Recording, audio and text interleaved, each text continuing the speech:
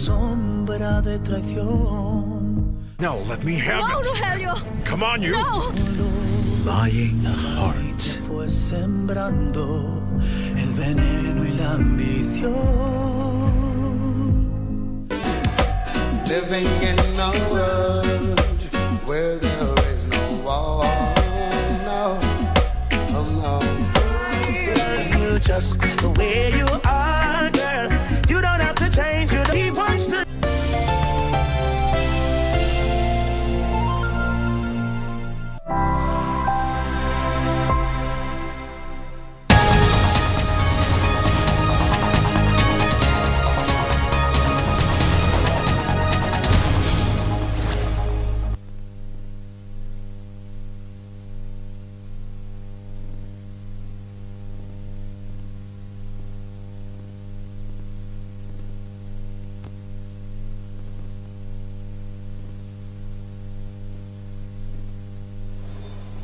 Good afternoon. Welcome to this live broadcast of this Senate afternoon sitting on this day of the 23rd of February 2022. This live broadcast is brought to you by the Parliamentary Broadcasting Unit in partnership with the Kenya Broadcasting Corporation. This afternoon, members of the Senate will be considering a number of bills at the committee of the whole stage, whereby members will be going into division on these particular bills. They are about 5-6 bills that members will be considering at the committee of the whole house stage. There is also a motion on the approval of senators to serve in the sessional committees. This one will be moved by the Senate Majority Leader that pursuant to standing orders 189, 219, 220 and 221. The Senate approves the following senators nominated by the Senate Business Committee to serve in sessional committees of the Senate. Cohort A is a committee on county public accounts and investments. Among them, Senator Engineer Hargura Godana, Honorable Senator Adan Dulo Fatuma, Honorable Senator Kimani Wamatangi, Honorable Senator Njeru Ntwiga, Honorable Senator Samson Cherarkei, Honorable Senator Ochilo Ayako, Honorable Senator Professor Imana Charles, Honorable Senator Jonas Maruma, and the last one in this committee is Honorable Senator Mercy Chebeni. There is also some names that senators will be expected to approve on the Committee on Delegated Legislation. There is Honorable Senator Samuel Pogisho, Honorable Senator Mary Senator, Honorable Abshiro Halake, Honorable Anwar Loitip-Tip, Honorable Farhia Ali Haji, Honorable Senator Mwenye Haji Mohamed Faki, Honorable Senator Agnes Kavindu Mudhama, Honorable Senator Judith Pareno, and Honorable Senator Professor Samson Ongeri. These are names of senators in the sessional committees. It is a motion that will be moved by the Senate Majority Leader to seek the House approval on these senators that will be required to serve in the sessional committees: the Committee on County Public Accounts and Investments and the Committee on Delegated Legislation. The Landlord and Tenant Bill, National Assembly Bill number 3 of 2021, is lined up in this afternoon's business to be read for the second time. It will be a resumption of debate that was interrupted on Wednesday, 23rd February 2022 in the morning session, whereby there will be division Bills that will be proceeding on a committee of the whole House stage include the Heritage and Museums Bill. This one is a bill by Honorable Senator Alice Mugo. Also the County Oversight and Accountability Bill, as well as the County Government Amendment Bill. Well, the Speaker of the Senate, Honorable Kenneth Lusaka, has stepped into the chambers. I will now hand you over for this live broadcast brought to you by PBU in partnership with KBC. Good afternoon. Enjoy your viewing. Let us pray. Almighty God, we beseech you to behold with your abundant favor and blessings as your servants whom you have been pleased to call to leadership positions in this republic. We seek guidance to treat and consider all matters that shall come under our deliberation in so just and faithful a manner as to advance the peace, prosperity, and welfare of our country and of those whose interests you have committed to our charge. Amen.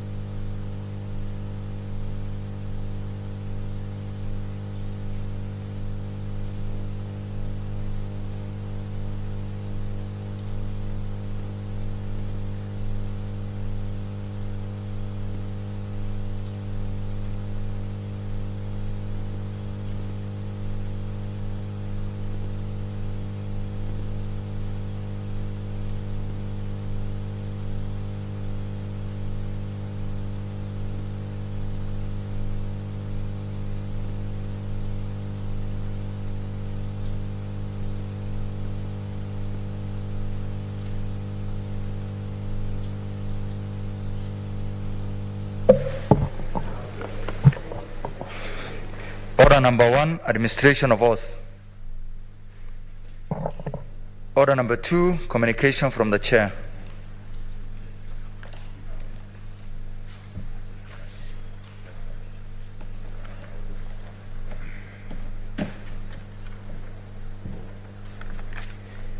Order number 3, messages. Order number 4, petitions. Order number 5, papers. A leader of majority.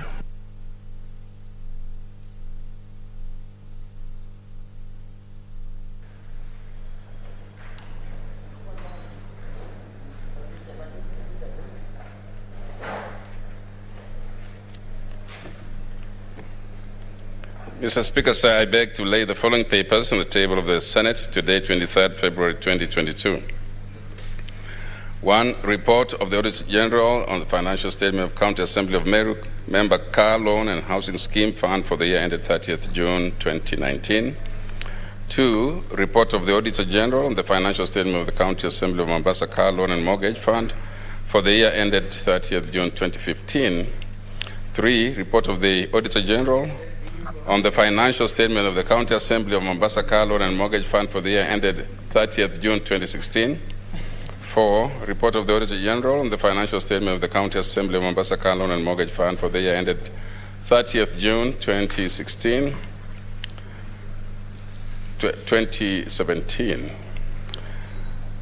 5. Report of the Auditor General on the financial statement of the County Assembly of the Mombasa Car Loan and Mortgage Fund for the year ended 30th June 2018.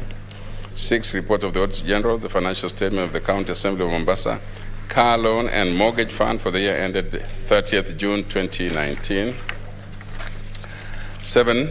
Report of the Auditor General on the financial statement of Kajiado County Assembly Emergency Fund for the year ended 30th June 2019. 8. Report of the Auditor General on the financial statement of the Kajiado County Assembly Emergency Fund for the year ended 30th June 2020. 9. Report of the Auditor General of the financial statement of Kajiado County Education Bursary Grants and Scholarship Fund for the year ended 30th June 2020. 10. Report of the Auditor General on the financial statement of the Thika Water and Sewage Company Limited for the year ended 30th June 2020. 11, report of the Auditor General on the financial statement of Laikipia County Assets Leasing Fund for the year ended 30th June 2020. 12, report of the Auditor General on the financial statement of Laikipia County Assembly Mortgage and Car Loan Staff Scheme Fund for the year ended 30th June 2020. 13, report of the Auditor General, the financial statement of Nyeri County Enterprise Development Fund for the year ended 30th June 2020. 14, report of the Auditor General on the financial statement of Murang'a County Assembly Car and Mortgage Loan Scheme for the year ended 30th June 2020. 15, report of the Auditor General on the financial statement of Kahuti Water and Sanitation Company Limited for the year ended 30th June 2020. 16, report of the Auditor General on the financial statement of the Nyaururu Water and Sanitation Company Limited for the year ended 30th June 2020. 17, report of the Auditor General on the financial statement of Coast Waterworks Development Agency for the year ended 30th June 2020. 18, report of the Auditor General on the financial statement of Kilifi Mariakani Water and Sanitation Company Limited for the year ended 30th June 2020. 19, report of the Auditor General on the financial statement of the Municipality of Kilifi for the 18 months period ended 30th June 2020. 20, report of the Auditor General on the financial statement of Kilifi County Emergency Fund for the year ended 30th June 2020. 21, report of the Auditor General on the financial statement of Kwale County Bursary Fund for the year ended 30th June 2020. 22, report of the Auditor General on the financial statement of Kwale County Assembly Members and Staff Loan Scheme Fund for the year ended 30th June 2020. 23, report of the Auditor General on the financial statement of Elgeyo Marakwet County Assembly Car and Mortgage Revolving Fund for the year ended 30th June 2020. 24, report of the Auditor General on the financial statement of the Elgeyo Marakwet County Education Fund for the year ended 30th June 2020. 25, report of the Auditor General on the financial statement of West Pokot County Bursary Education Development and Infrastructure Fund for the year ended 30th June 2020. 26, report of the Auditor General on the financial statement of West Pokot County Car Loan and Mortgage Scheme Fund for the year ended 30th June 2020. 27, report of the Auditor General on the financial statement of Turkana County Executive Officers Car Loan and Mortgage Scheme Fund for the year ended 30th June 2020. 28, report of the Auditor General on the financial statement of Turkana County Youth and Women Empowerment Fund for the year ended 30th June 2020. 29, report of the Auditor General on the financial statement of the Kiambu Water and Sewerage Company Limited for the year ended 30th June 2020. And 30, report of the Auditor General on the financial statement of Kisii County Bursaries Fund for the year ended 30th June 2021. Thank you, Mr. Speaker. Thank you. Now ask that we switch to the new supplementary order paper, which must be on your screens. Okay.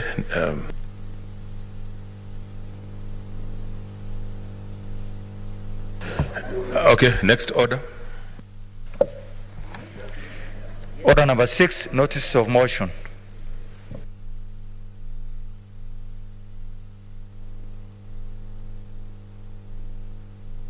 Leader of majority. Speaker, I have to be called.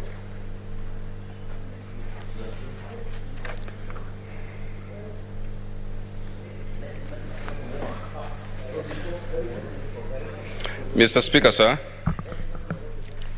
I beg to give notice of the following motion: that pursuant to Standing Orders number 189-219, 2020 and 2021, the Senate approves the following senators nominated by the Senate Business Committee to serve in sessional committees of the Senate.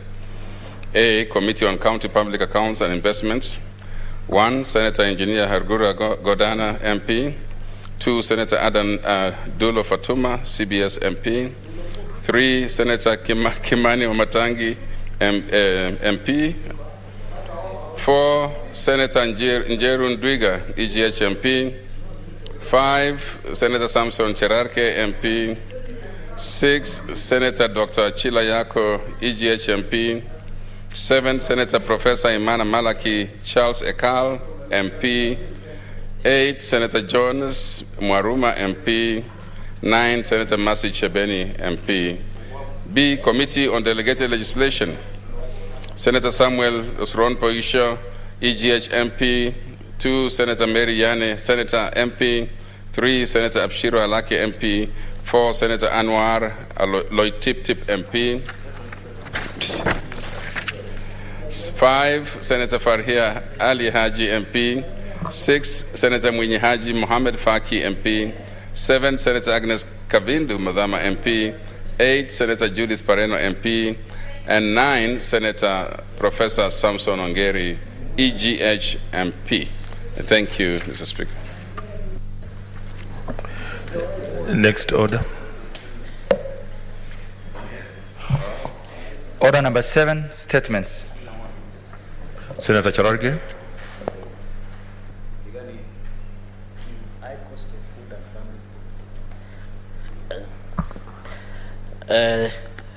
Thank you, Mr. Speaker, for this opportunity. Statement on the high cost of food and living and farm inputs in Kenya. Mr. Speaker, sir, I rise pursuant to Standing Order 47-1 to make a statement on an issue of general topic concern and national importance, namely the high cost of food, living, and farm inputs in Kenya.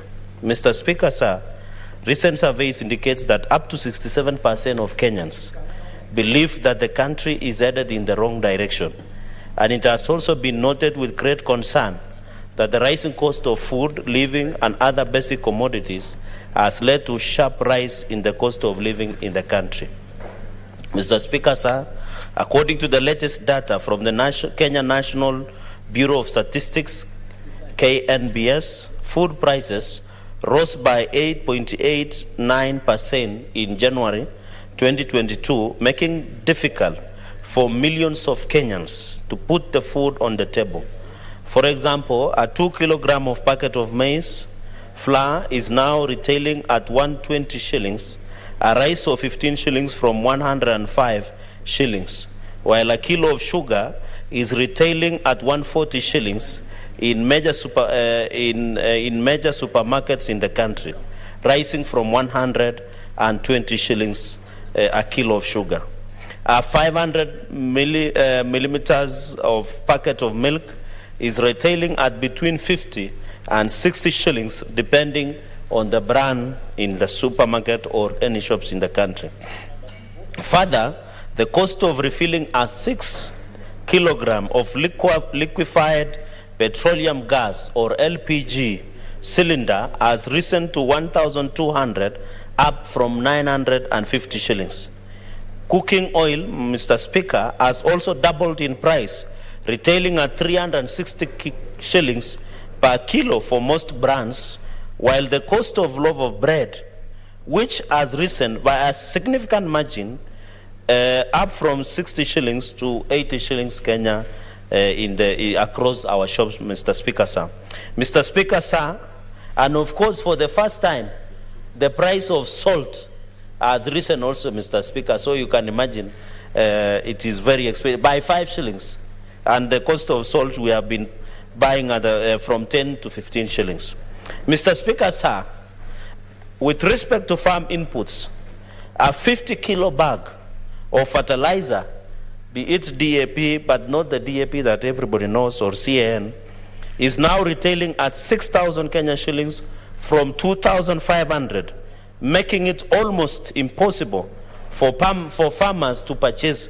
And you are aware, Mr. Speaker, sir, in the North Rift, in Elgeyo Marakwet, Uasin Gishu, Nandi, Trans Nzoia, Bungoma, where you come from, is a planting season and farmers are busy preparing their farms. And now fertilizer has shot up from 2,500 to 6,000, Mr. Speaker, after the subsidy was removed by government.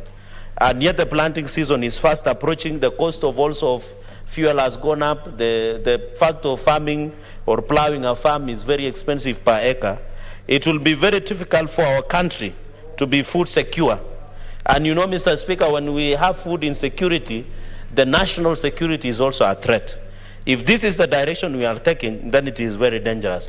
Mr. Speaker, sir, finally, I would want to urge our colleagues in the National Assembly to support the proposed amendment by members of Kenya Kwanza to provide additional Kenyan shillings 2 billion in 2022-2023 budget, which is required for drought mitigation, and further additional 5 billion for fertilizer subsidy program to bring the fertilizer prices down to about 2,500. And you saw the ANC party leader the other day, Musalia Mudavadi, and Kenya Kwanza indicate that it will be 2,500, God willing, if we form the next government. I also call upon His Excellency President Uhuru Muigai Kenyatta to direct, of course after a busy schedule he has today, to direct the Cabinet Secretary for National Treasury to work on modalities that will enable the prices of the basic commodities, cost of living, expensive farm inputs to come down and cushion Kenyans from the high cost of living currently experienced in the country. And it is worth to note, Mr. Speaker, that as we move forward, Kenyans with the effect of COVID pandemic, most Kenyans, Mr. Speaker, lost their jobs, they lost their earnings that they are supposed to earn, Mr. Speaker, and therefore the cost of living continues to keep rising. And therefore, this is my statement. I thank you, Mr. Speaker, sir, for this opportunity. Senate Leader of Majority, what's your intervention? Speaker, just to somebody is seeking a statement, Speaker. The member digresses in the middle of a statement and does things which will not even help the statement, Mr. Speaker. For example, how do we take the statement seriously when the member is talking about something called Kenya Kwanza, things like that? Mr. Speaker, I think sometimes the Senator Fernandez needs just to take things the way they are and seriously just deliver the point. Don't have to digress.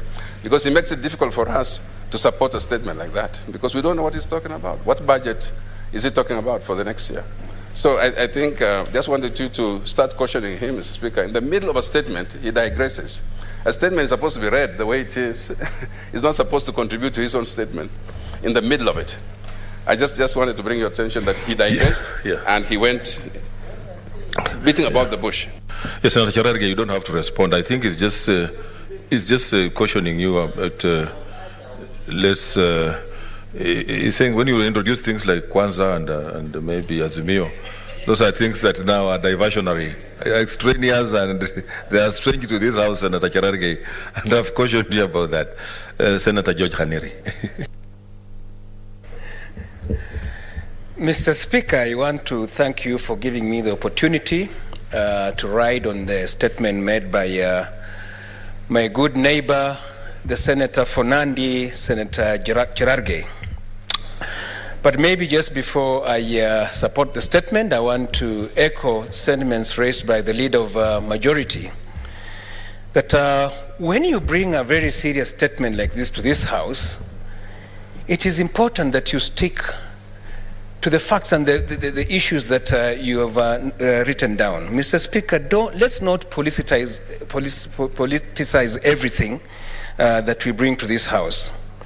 I caution my good neighbor that if you have to be taken seriously, then take yourself seriously as well.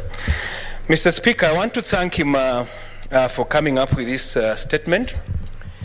Indeed, the issue of cost of living should be a major concern to all of us in a leadership position. Mr. Speaker, the cost of living in this country has really skyrocketed in the last few years. Many Kenyans cannot even afford 1 meal a day. You know, you always talk of 3 meals a day. Many Kenyans cannot afford 1 meal a day. It's a problem. Many Kenyans are living below $1 a day. Mr. Speaker, this is a very worrying situation. The implications are that the level of crime will certainly increase because people have to live. People have to fend for their families. Young men will look for alternative means of putting food on the table for their families. So this is a situation that must be arrested and must be given priority by the government of the day. And when I say government of the day, I mean the executive and even parliament. In whatever that we do in our role as legislators, we must make sure that we come up with solutions to this problem. We should not just leave it to the executive. But of course, the bigger part is supposed to be played by the executive.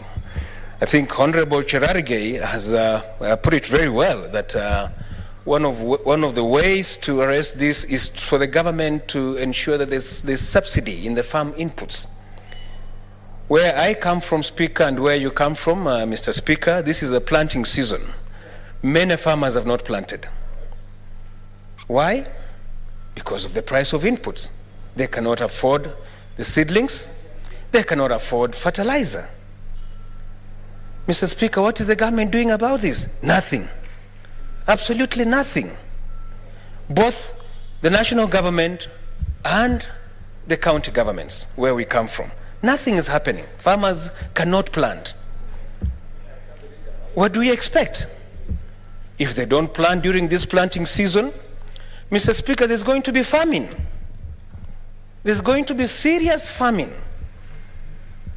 So we don't want to come up with knee-jerk solutions when there is famine. Now you're trying to look for money to supply food. Why can't we arrest the situation now by ensuring that farmers have seeds to plant and have subsidized fertilizer that they can use during this planting season? So I blame both governments on this.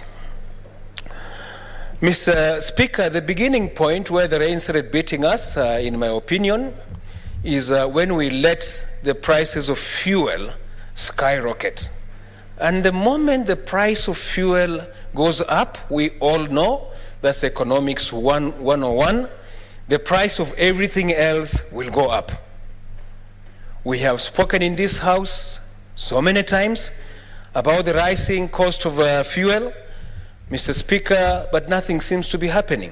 We just want to urge the government, as they respond to this very important statement, to put measures in place so that we can contain the skyrocketing price of fuel, and I'm sure that will be able to bring down the cost of living. I therefore want to strongly support this statement by my good neighbor, although he brought some politics into it. But the contents of the statement, Mr. Speaker, should be supported and supported by all of us in leadership position. I thank you, Mr. Speaker. Senator Sakaja Johnson.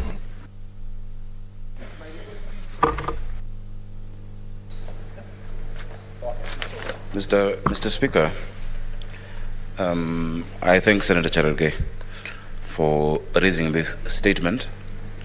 Mr. Speaker, he's raised it in a way that really, as leaders, we should. Because Senator Cherargei has not joined the band who would just whine and rant and complain. Kenyans have been crying about these prices of basic commodities. We've seen hashtags online, lower food prices, and we've seen certain leaders joining in making the noise. Yet the reason why Kenyans elect us into these offices is to find solutions. Leadership is about finding solutions. Leadership is about solving these issues. If we complain the same way the people out there in my county, for instance, are complaining, then there is no need for me to be their senator, because I'm just saying what they're saying. You know, there's a representation, but also there is a cardinal rule of leadership where you actually provide solutions. And that is what I want to talk about.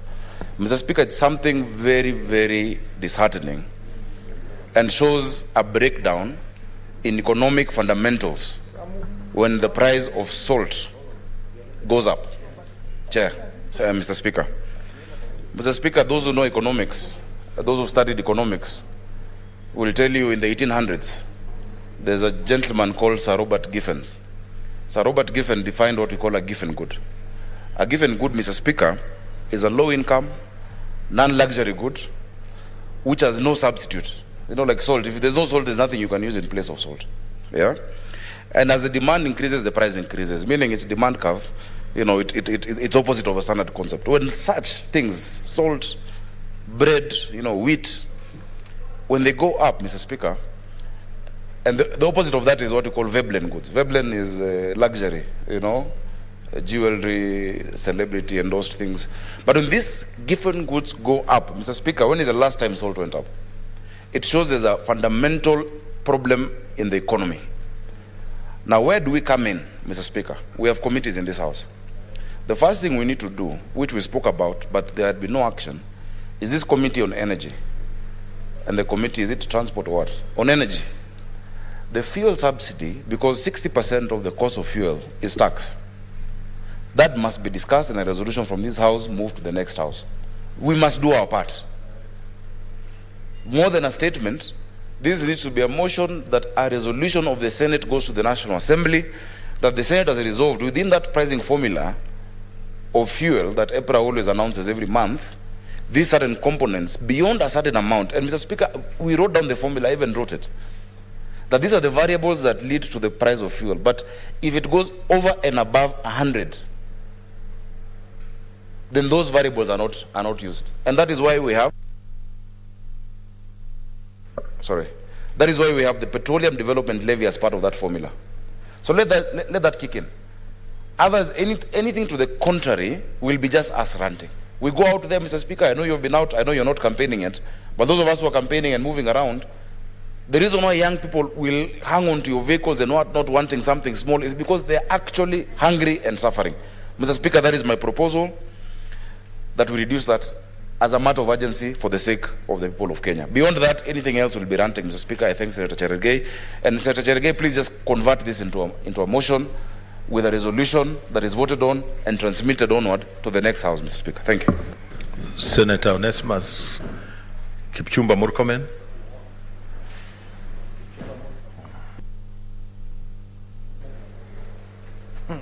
Thank you, Mr. Speaker. I agree with Senator George Haniri that, Mr. Speaker, this is a very important statement from Senator Cherargei that must make all of us put Kenya kwanza. Mr. Speaker, we must put all our other political interests behind and rally around one Kenya and Kenya kwanza, Mr. Speaker, because that is actually what is going to make the whole difference. Senator Murkomen, you are now again trying to take us where we have come from. Mr. Speaker, the Senator of Machakos was signaling me with happiness when I said we need a one Kenya. Mr. Speaker, she was very happy. Because I believe that I can see she wants to intervene, Senator. Yeah, she was very happy when I said one Kenya. So, Thank you, Mr. Speaker, for giving me this opportunity to intervene, because I'm not laughing because of what you've said or because I'm happy, but because you're bringing up issues that are not for here now. That one you should wait until Murkomen, you go outside there and go and campaign outside there. Here we are not campaigning. We are doing serious business. Mr. Speaker, I am in serious business when I say we need one Kenya. Mr. Speaker, I mean it, because that is the kind of country we need to show when we are in this chamber. And we must put Kenya ahead, not behind. Mr. Speaker, the thing that I really want to say here is that the cost of living is no longer a joke. Kenyans are angered by the cost of living, and it's a problem that is bedeviling so many Kenyans. Sadly, when I was seeing on Twitter and Facebook, we have all become complainers.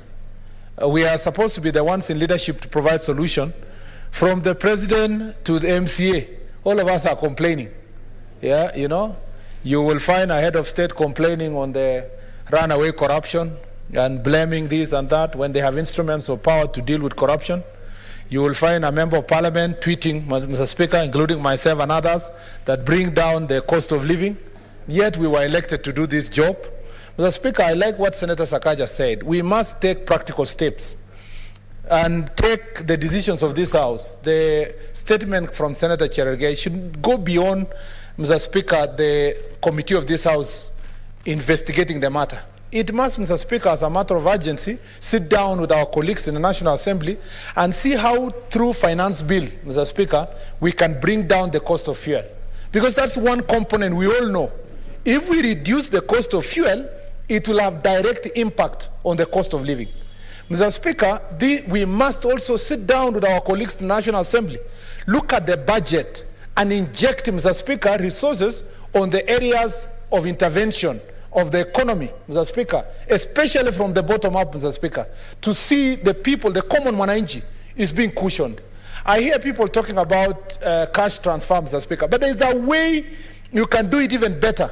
Mr. Speaker, before we even give our people cash transfer, which they are receiving now, there is a way, Mr. Speaker, through taxes, we can remove the burden from common mwananchi. If you remove fuel, Mr. Speaker, and you remove other taxes, Mr. Speaker, that are affecting the low cadre of Wananchi who are doing their common businesses, Mr. Speaker, commonly referred to in a colloquial term as hustlers. Mr. Speaker, we will find a proper solution to the problems we have bedeviling this country.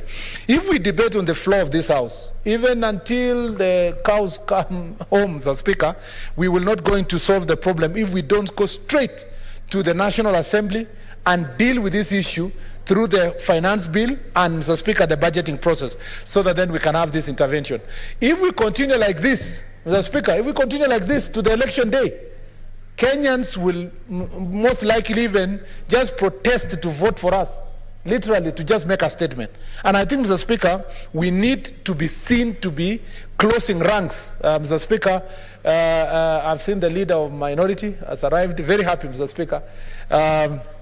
As part of the leadership of this House, Mr. Speaker, we must all sit down and see how our people are going to be protected from the high cost of living. And particularly, Mr. Speaker, it's simple. The government have always had what we call subsidy for farmers all over the world. All over the world. The countries that subsidize most for their farmers are Europe and America. Mr. Speaker, I really want to say this, that we need, Mr. Speaker, our farmers to be subsidized. And we want in the farm inputs we are going to buy now, instead of fertilizer retailing at 6,000, I want really to request President Uhuru Kenyatta to respect the farmers of this country and take the money, Mr. Speaker, from all these other political functions and subsidize the prices of fertilizer and farm inputs, Mr. Speaker, including the seeds, so that Kenyans can plant and we can be able to support our economy. I thank you, Mr. Speaker. Senator Mudhama Agnes. Thank you, Mr. Speaker, for giving me this opportunity to make my contribution to the statement of the Nandi senator, which is very, very timely. Mr. Speaker, as we move to our counties, we are meeting with our citizens who are very, very hungry. Some of them come to us and tell us they've gone for 2, even more days without food. A majority of those, even those who work on daily basis, cannot put 3 meals a day on their table because the prices of the local commodities, foodstuffs, have gone very, very high. And so, Mr. Speaker, I would agree with the Nandi senator when he says the fuel prices must be reduced so that also the prices for the food can go down. I would also urge, Mr. Speaker, not only the national government, but also the county governments, because when we first had the county governments, Mr. Speaker, our county had tractors which used to go to the farms and digging for the farmers, and they used also to provide seeds for planting, and then they used also to provide fertilizers, and these people could farm and get food for their families. Mr. Speaker, I think it is this should be for the national government and the county government together, and they see how they can help our citizens. Even at this time, the equalization fund, the areas that the equalization fund should be taken to, I think this is now the right time for them to take even foodstuff to these people so that they can stop dying of hunger. Even our cows, not only people are suffering, the cows are suffering, everything is suffering because there is no rain, no grass. and no food for the people. Thank you, Mr. Speaker. I support this statement. Senator Bogisho, Leader of Majority.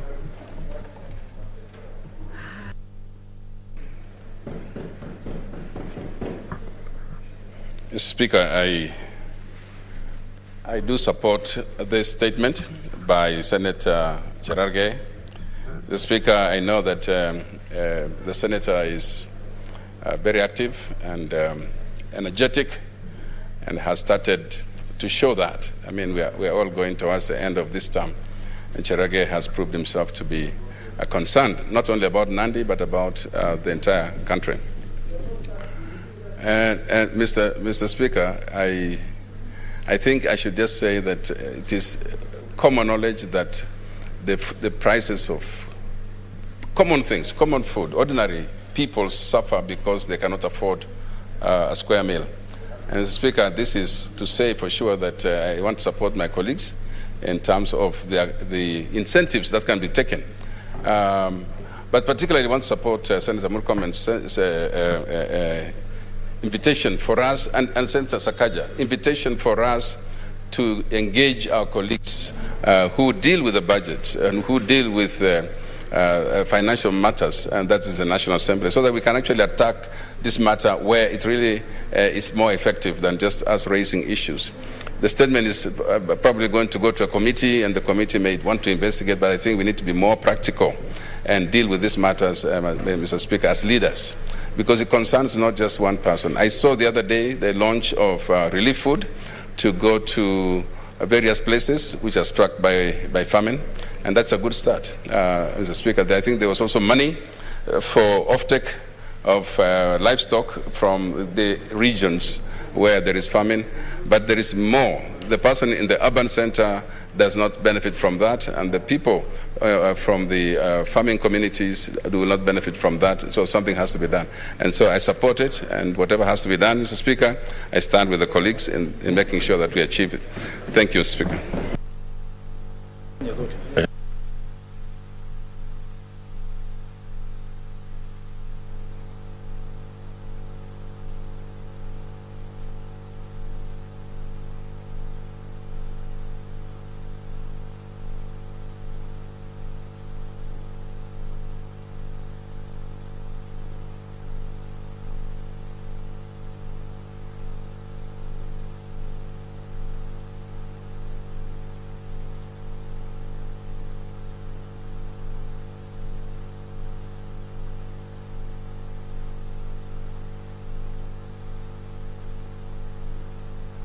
Okay, thank you.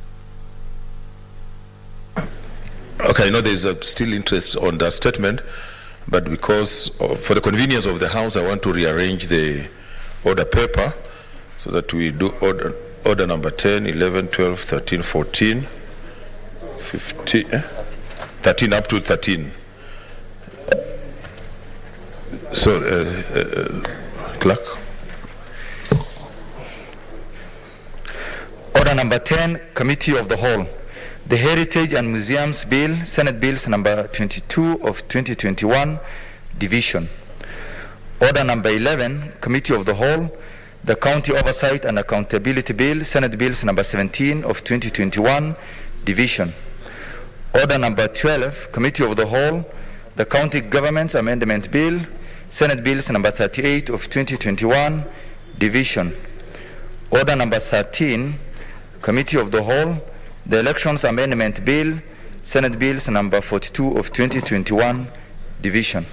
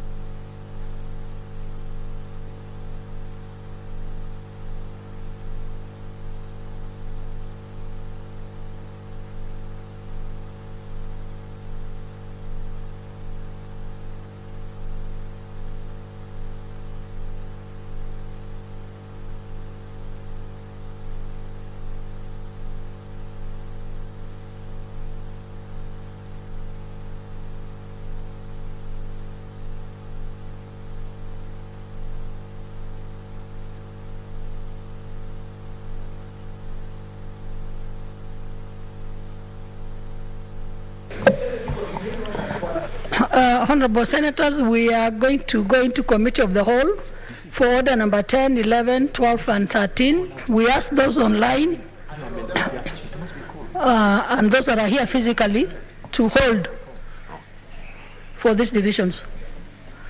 We can ring the bell for 5 minutes. Utatupatia 5 ndio tutafanya.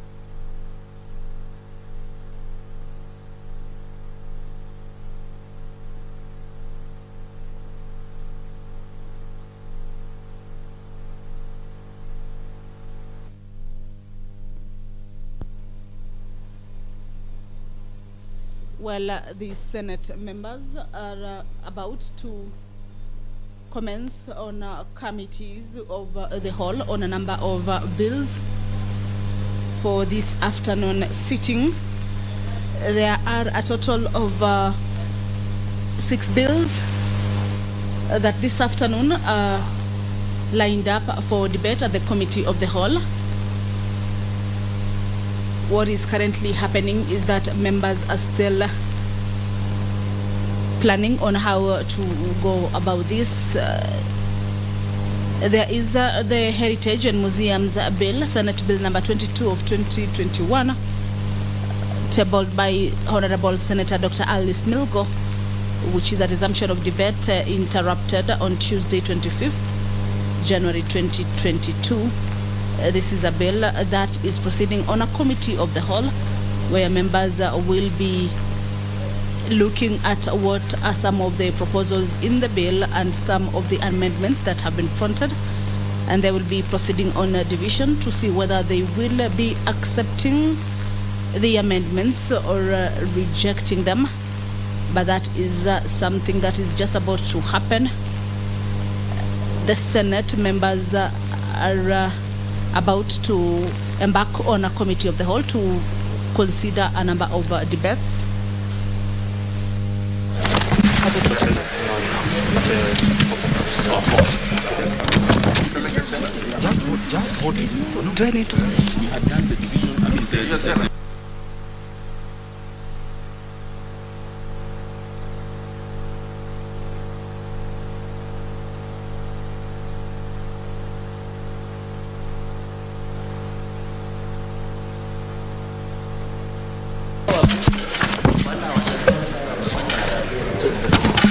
Honorable Senator, we now proceed with the division. We need to tell us. Leaders, can you give us the tellers for this vote? Senator Cherargei, you're one of the tellers.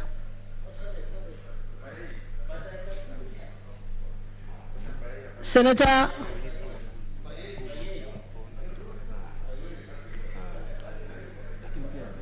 tellers.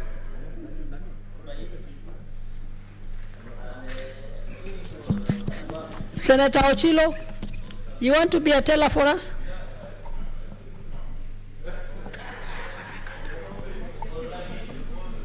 Yes. Then we take the younger one, Senator Kajwang.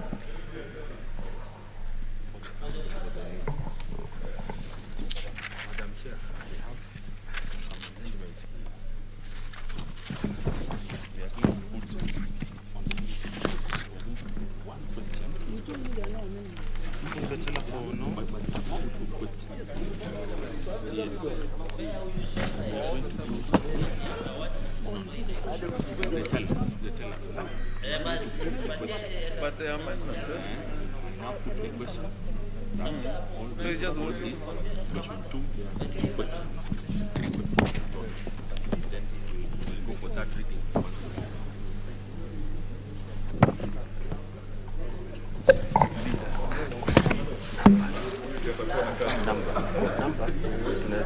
Leaders, can you confirm that we have the numbers?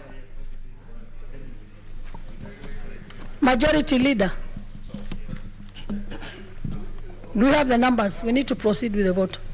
Just want to confirm online. Online.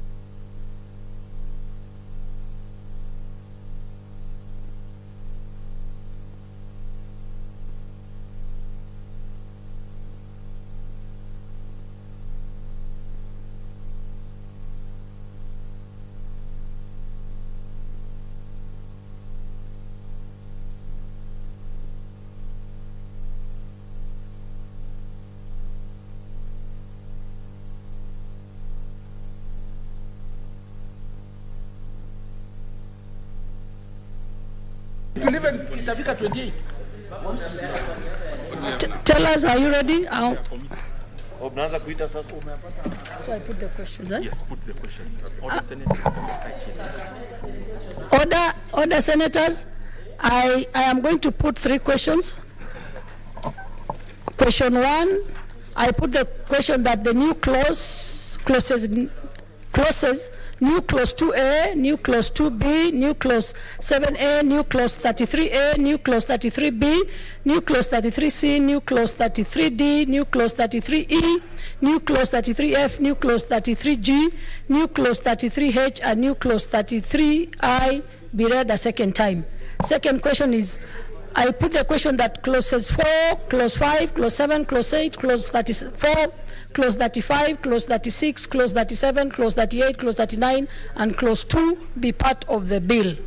And the third question is that I put the question that clauses 3, clause 4 as amended, clause 5 as amended, clause 6, clause 7 as amended, clause 8 as amended, clause 9 to 33, clause 34 as amended, clause 35 as amended, clause 36 as amended, clause 37 as amended, clause 38 as amended, clause 39 as amended, clauses 40 to 100, the first schedule, the second schedule, and the third schedule, new clause 2A, new clause 2B, new clause 7A, new clause 33A, new clause 33B, new clause 33C, new clause 33D, new clause 33E, new clause 33F, new clause 33G, new clause 33H, new clause 33I, clause 2 as amended, the title, and the clause 1 be part of the bill. Division. Senator Adan Dulo Fatuma, Isiolo County.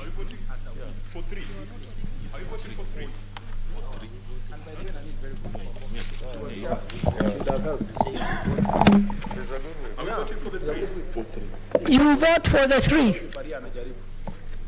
Okay, Senator Adan Dulo Fatuma, Isiolo County. Is she on the 3 questions. Senator Ali Abdullahi Ibrahim, Wajir County. Senator Cherargei Samson Kiprotich, Nandi County.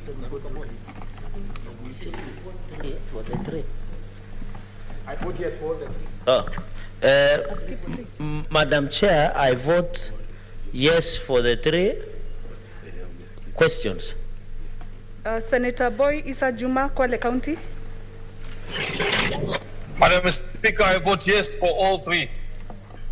Senator Cheruiyot Aaron Kipkirui, Kericho County.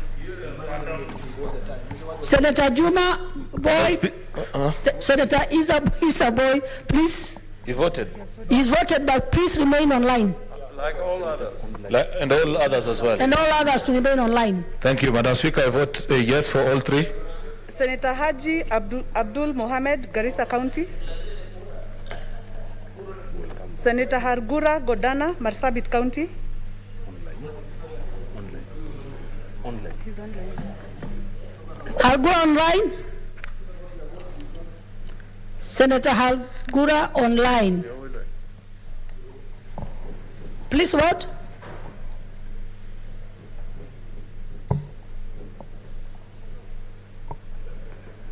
We can't hear you. Can't hear, I can't see. Senator Imana Malakai Charles Ekal, Turkana County. Madam Speaker, I vote yes for all the 3. We have heard you, Senator Malakai. Senator Kajwang Moses Otieno, Homa Bay County. Madam Chair, I vote yes on all the 3. Senator Kamar Margaret Jepkoech, Uasin Gishu County.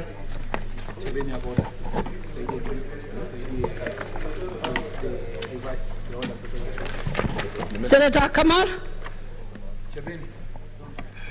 Senator Chebeni, are you online? Madam Speaker, I vote yes for all 3. Thank you, Senator Chebeni. Senator Kangata Irungo, Muranga County. Senator Haniri George, Vihiga County. Madam Chair, can you hear me? Yes, we can. Vihiga votes yes on all the 3. Thank you. Senator Kibiru Charles Rubenson, Kirinyaga County. Stay online, Senator Haniri. Senator Kimani Wamatangi Paul, Kiambu County. Senator Kihika Susan Wakarura, Nakuru County. Ako Sagana. Senator Kindiki Kidhure, Tharaka Nithi County. Earth, Wind and Fire. Senator Kindiki, online.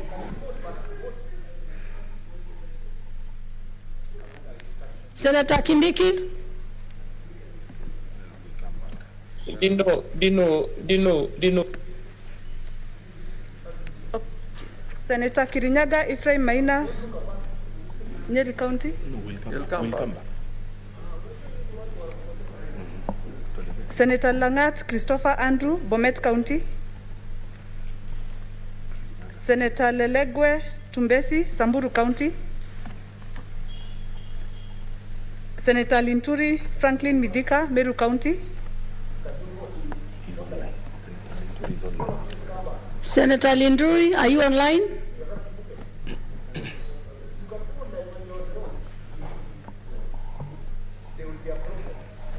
Senator Loitip Anwar, Lamu County. Senator Madzayo Stewart Mwachiru, Kilifi County.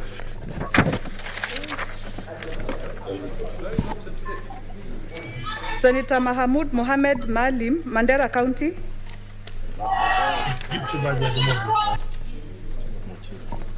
Senator Madzayo? Yes, for all the three. Thank you. Senator Malala Cleophas Wakungu, Kakamega County.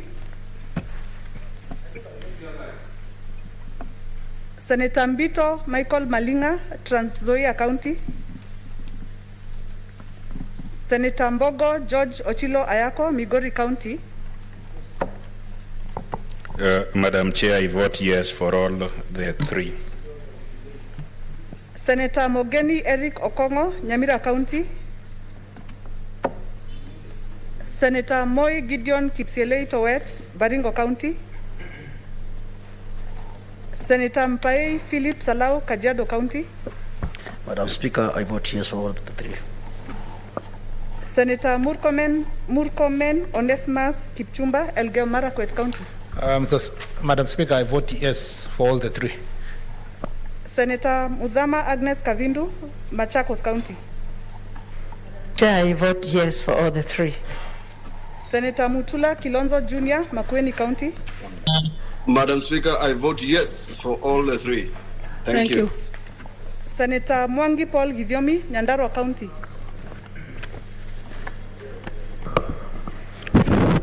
Madam Chair, I vote yes for all the three. Senator Mwaruma Jones Mwashushe, Taita Taveta County. Senator Mwaruma? And then, you know, there's a big thing. Senator Mwaruma? Members. Vote for members so that they get to understand it. They get to know what. Senator Munyihaji Mohamed Faki, Mombasa County. Madam Chair, I vote yes for the three amendments. Thank you. Senator Nderito John Kinywa, Laikipia County.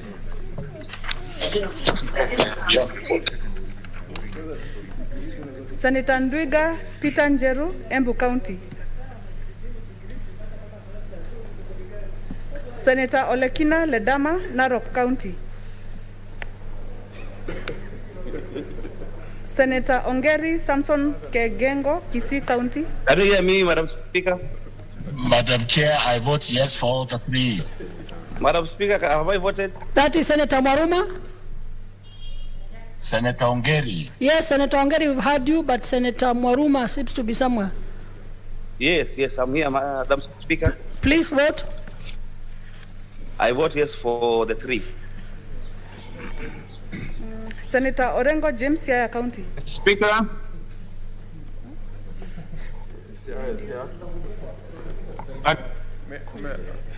Madam Chair, I vote yes for the three.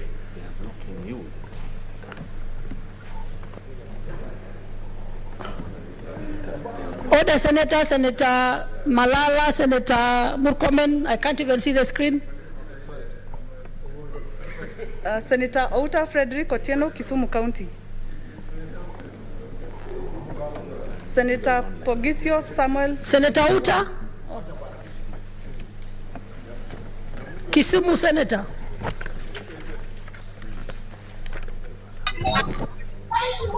Madam Speaker, can I vote this Senator Kangata, Murang'a County? Just wait, we'll repeat the vote.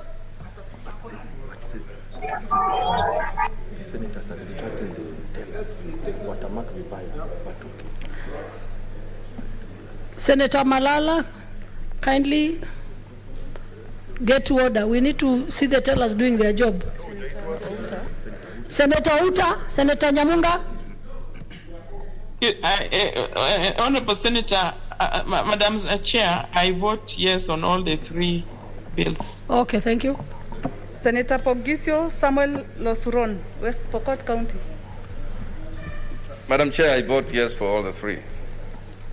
Senator Sakaja Johnson Arthur, Nairobi County.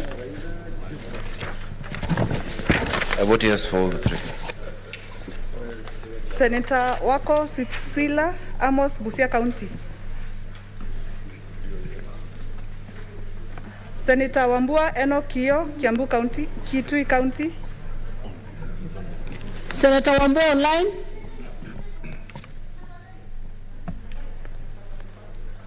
Order, Senator Malala, we still need your vote.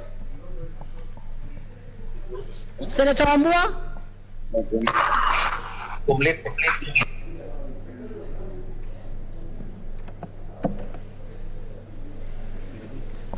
Senator Wambua.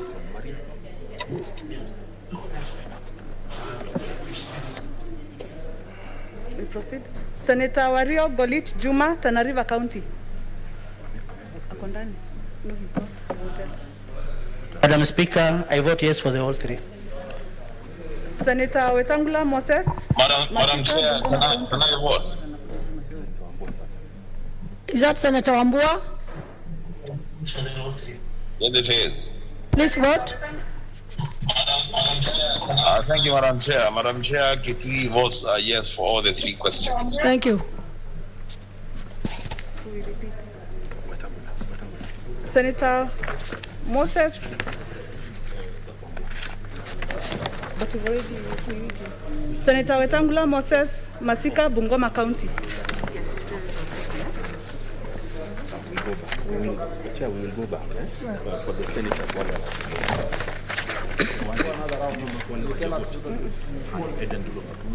Senator Edan Dulo Fatuma, Isiolo County.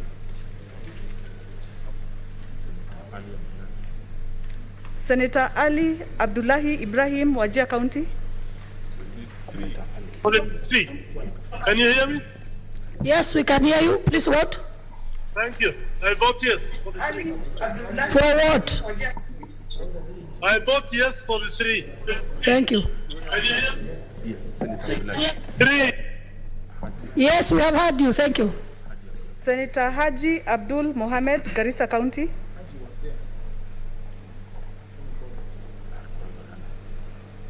Senator Hargura Godana, Marsabit County. Abdul Mohamed, Garissa County. Madam Speaker, I vote yes for the 3. Thank you. Senator Kangata Irungu, Murang'a County. Madam Chair, Madam Speaker, I vote yes for all the 3. Thank you, and you don't leave. Senator Kangata, we still need your vote. Senator Kibiru Charles Rubenson, Kirinyaga County. Senator Kihika Susan Wakarura, Nakuru County. Senator Kimani Wamatangi Paul, Kiambu County. Senator Kindiki Kidhure, Tharaka Nithi County. Senator Kindiki online.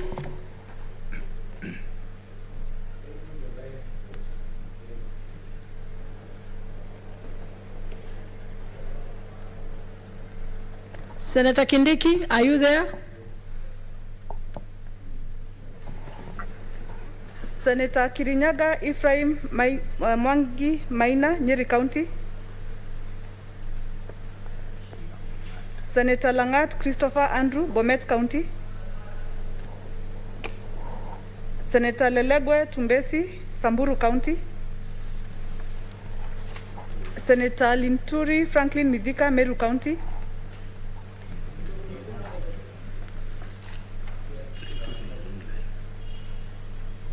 Senator Linturi.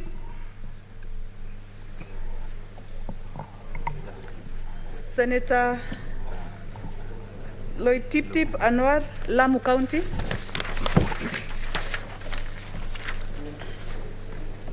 Senator Mahamud Mohamed Maalim, Mandera County.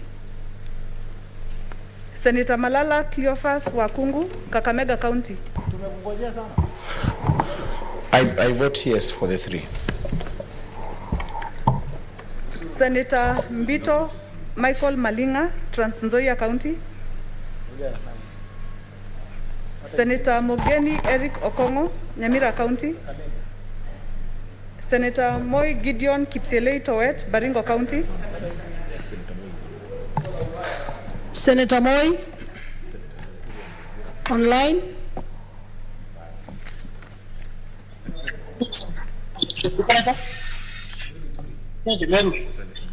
Senator Moi. Senator Moi. Senator Linturi.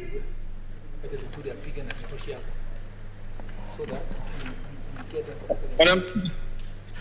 Hello? Senator Linturi. Yes, we can hear you. Please vote. Speaker. What am I voting? Can you vote? Senator Linturi. Yes. You need to vote for the 3 questions. I vote yes. For what? For the 3 questions. Thank you. Senator Moi Gideon Kipselei Towet. Senator Moi, we can see you online. Where are you?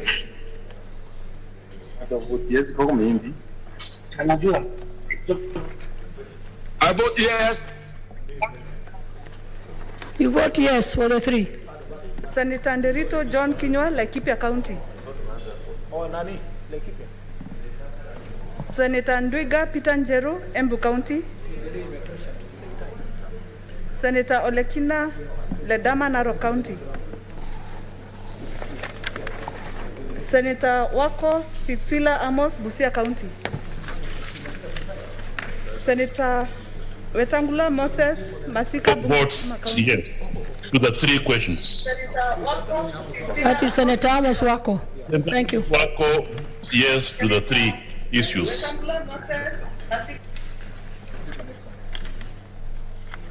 Let's first just make sure they count, then we put. But announcement not started. No, sister.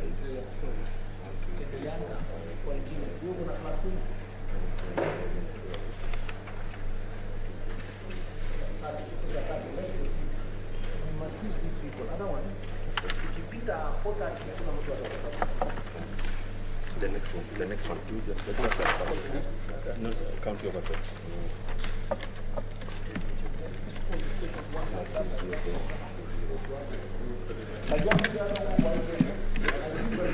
Couple questions county. Honorable Senators, we now go to the Committee of the Whole on the County Oversight and Accountability Bill, Senate Bills number 17 of 2021.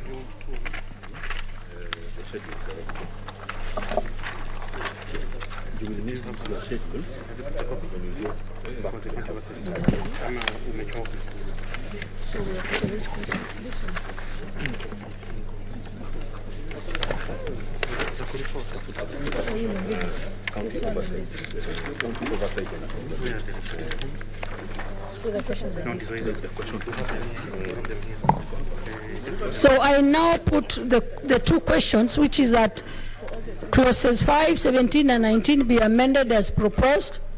And the second question is that that clauses 3, clause 4, clause 5 is amended, clause 6, clause 7, clause 8, clause 9, clause 10, clause 11, clause 12, clause 13, clause 14, clause 15, clause 16, clause 17 as amended, clause 18, clause 19 as amended, clause 20, clause 2, the title and clause 1 be part of the bill. Division. Senator Adan Dulo Fatuma, Isiolo County.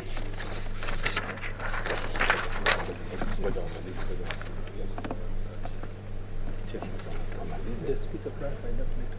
Yes, we will proceed out.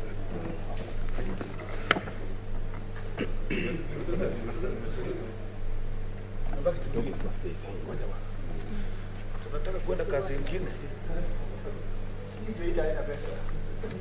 Inapatikana hapo. Sini ni kati. Senator Renga wapi? Ama kaona. Sio online. It's okay.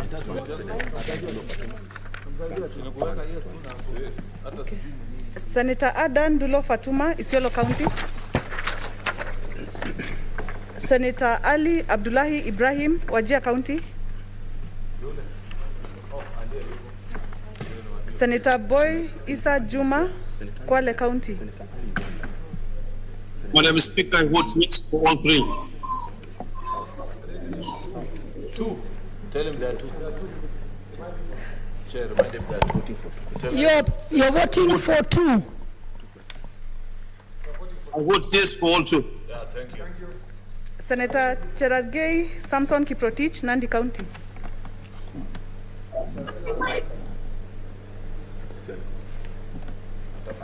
Senator Cheriot Aaron Kipkurui, Kericho County. I vote yes for the 2.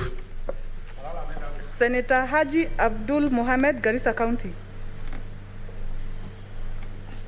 Senator Hargura Godana, Marsabit County. Senator Godana online. Yes, I vote yes for the 2. Thank you. Senator Imana Malakai Charles Ekal, Turkana County. Speaker, I vote yes for the 2. Senator Kajong Moses Otieno, Homa Bay County. Madam Chair, I vote yes for the 2. Senator Kamar Margaret Jepkoech, Uasin Gishu County. Yes for the 2. Senator Kangata Irungu, Muranga County. Senator Haniri George, Vihiga County. Madam Speaker, I vote yes for the 2. Senator Kibiru Charles Rubenson, Kirinyaga County. Senator Kihika Susan Wakarura, Nakuru County. Senator Kimani Wamatangi Paul, Kiambu County. Senator Kindiki Kidhure, Tharaka Nithi County. Senator Kirinyaga Ephraim Mwangi Maina, Nyeri County. Senator Langat Christopher Andrew, Bomet County. I vote yes for the 2, Madam. Senator Langat, you hold on. We still have a lot of voting to do. Senator Lelegwe Tumbesi, Samburu County. Senator Linturi Franklin Midhika, Meru County. Senator Linturi. Did you get my vote, Madam? Yes, we got your vote and we're asking that you stay online. Senator Linturi.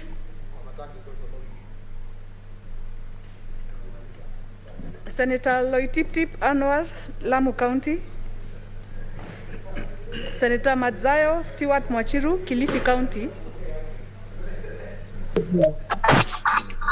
Madam, I vote yes for all the 2. Senator Mahamud Mohamed Maalim, Mandera County. Senator Malala Cleophas Wakungu, Kakamega County.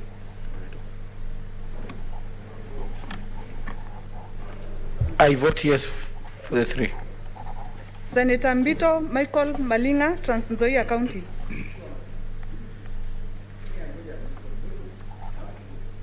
Senator Mbogo George Ochilo Ayako, Migori County. Madam Chair, I vote yes for the two. Senator Mogeni Eric Okongo, Nyamira County. Senator Moi Gideon Kipselei Towet, Baringo County. Senator Moi online.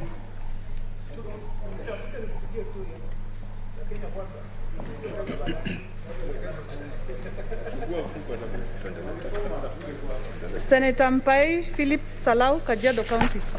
I vote yes for the two. Senator Murkomen Onesmus Kipchumba, Elgeyo Marakwet County. I vote yes for all the two. Senator Mudama Agnes Kavindu, Machakos County. Madam Chair, I vote yes for the two. Senator Mutula Kilonzo Jr., Makueni County. Madam Speaker, Madam Chair, I vote yes for all the two. Thank you. Senator Mwangi Paul Gidiomi, Nyandarua County.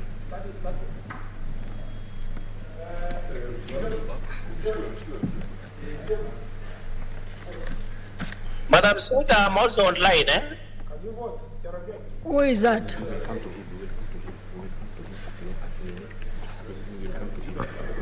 Madam Chair, I vote yes for the two.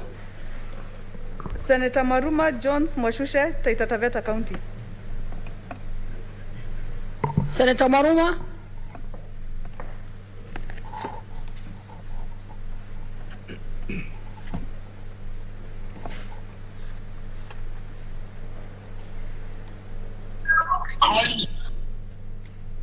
Senator Munyihaji Mohamed Faki, Mombasa County.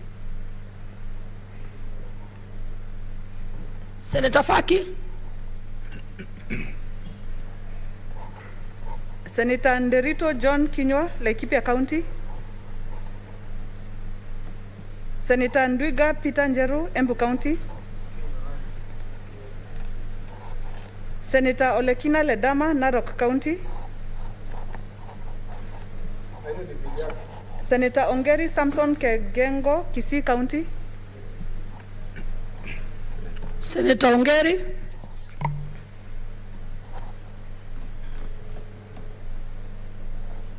Senator Orengo James, Yaya County.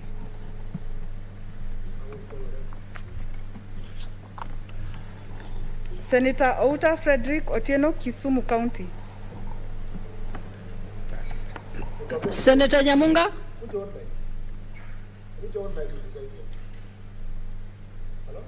Senator Nyamunga.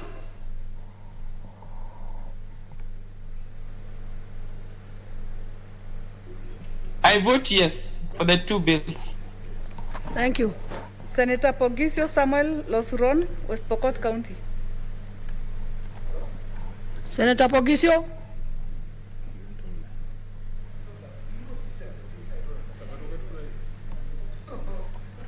Senator Sakaja Johnson Arthur, Nairobi County. Yes for both. Senator Wako Sitswila Amos, Busia County.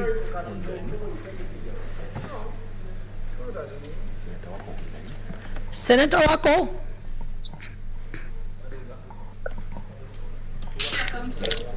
Wako votes yes to the three bills. These are two questions, not three. I vote yes to the two questions. Thank you. Senator Wambua Enochio, Kitui County. Madam Chair, I vote yes for the two questions. Senator Wario Golit Juma, Tana River County. He's seated. Senator Wario. Madam Speaker, I vote yes for the two amendments. Senator Wetangula Moses Masika, Bungoma County. Senator Wetangula. Senator Adan Dulo Fatuma, Isiolo County. Senator Ali Abdullahi Ibrahim, Wajir County. May I vote? I thought the head of delegation was there. Yes, you can vote for Isiolo. I vote yes for both the amendments. Thank you. And stay online. Senator Cherargei Samson Kiprotich, Nandi County. Madam Chair, I vote yes for both. Senator Haji Abdul Mohamed, Garissa County.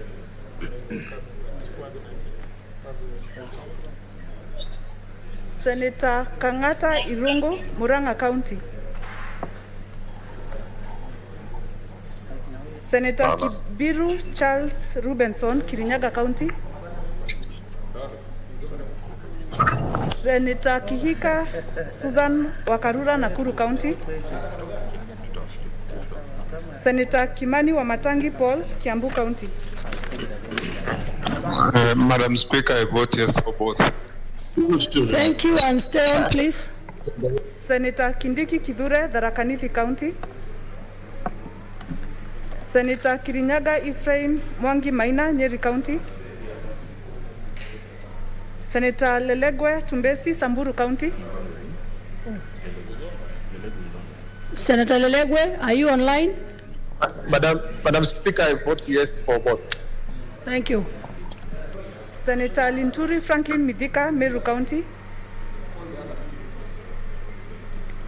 Senator Loitip Anwar, Lamu County. Senator Mahamoud Mohamed Maalim, Mandera County. I vote yes for the two, Madam. Senator Mbito Michael Malinga, Trans Nzoia County. Senator Mogeni Eric Okongo, Nyamira County. Speaker, I have not voted. Can I vote now? Senator Maruma? Yeah, Madam Speaker, I vote yes for both clauses. Senator Moi Gideon Kipselei Towet, Baringo County. I vote yes for the two. Very good. Very good. Very good. Senator Nderito John Kinyua, Laikipia County. Senator Munyihaji Mohamed Faki, Mombasa County. Senator Ndwiga Peter Njeru, Embu County. Senator Olekina Ledama, Narok County. Senator Pogisio Samuel Losuron, West Pokot County. Madam Chair. Senator Pogisio? Madam Chair, I vote yes for both. Senator Wetangula Moses Masika, Bungoma County. Madam Chair, can you hear me? Tell him I also want to vote. Yes. Yes, we have heard you, Senator Pogisio. Senator Orengo. Madam Chair. Vote yes. Senator Orengo, please vote. Senator Orengo James, Siaya County. Senator Orengo? Madam Chair, Orengo votes yes for the two. Thank you.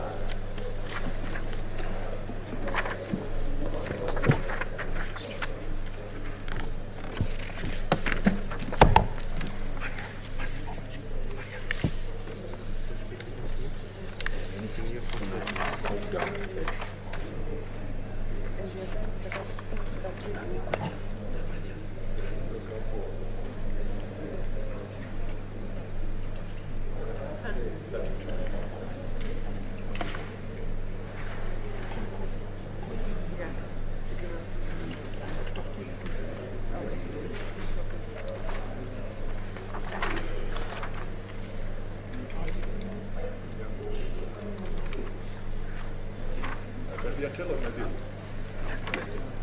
we are on the county government.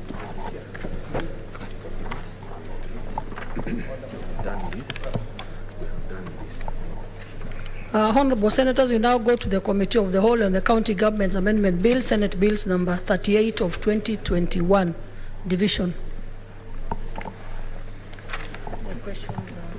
Senator Adan Dulo Fatuma, Isiolo. I now proceed to put the question, which is that Clause 4 be amended as proposed.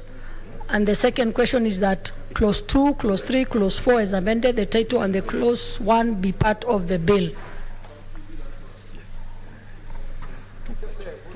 Yeah, Division. For 2 questions. Senator Adan Dulo Fatuma, Isiolo County. Madam Chair, I vote yes for the 2 questions. Senator Ali Abdullahi Ibrahim, Wajir County. Senator Boy Isa Juma, Kwale County. Madam Speaker, I vote yes for 2. Senator Cherargei Samson Kiprotich, Nandi County.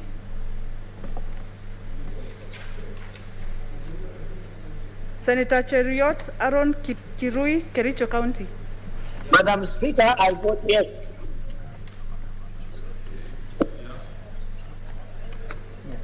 Mike, I vote yes for the 2. Senator Haji Abdul Mohammed, Garissa County.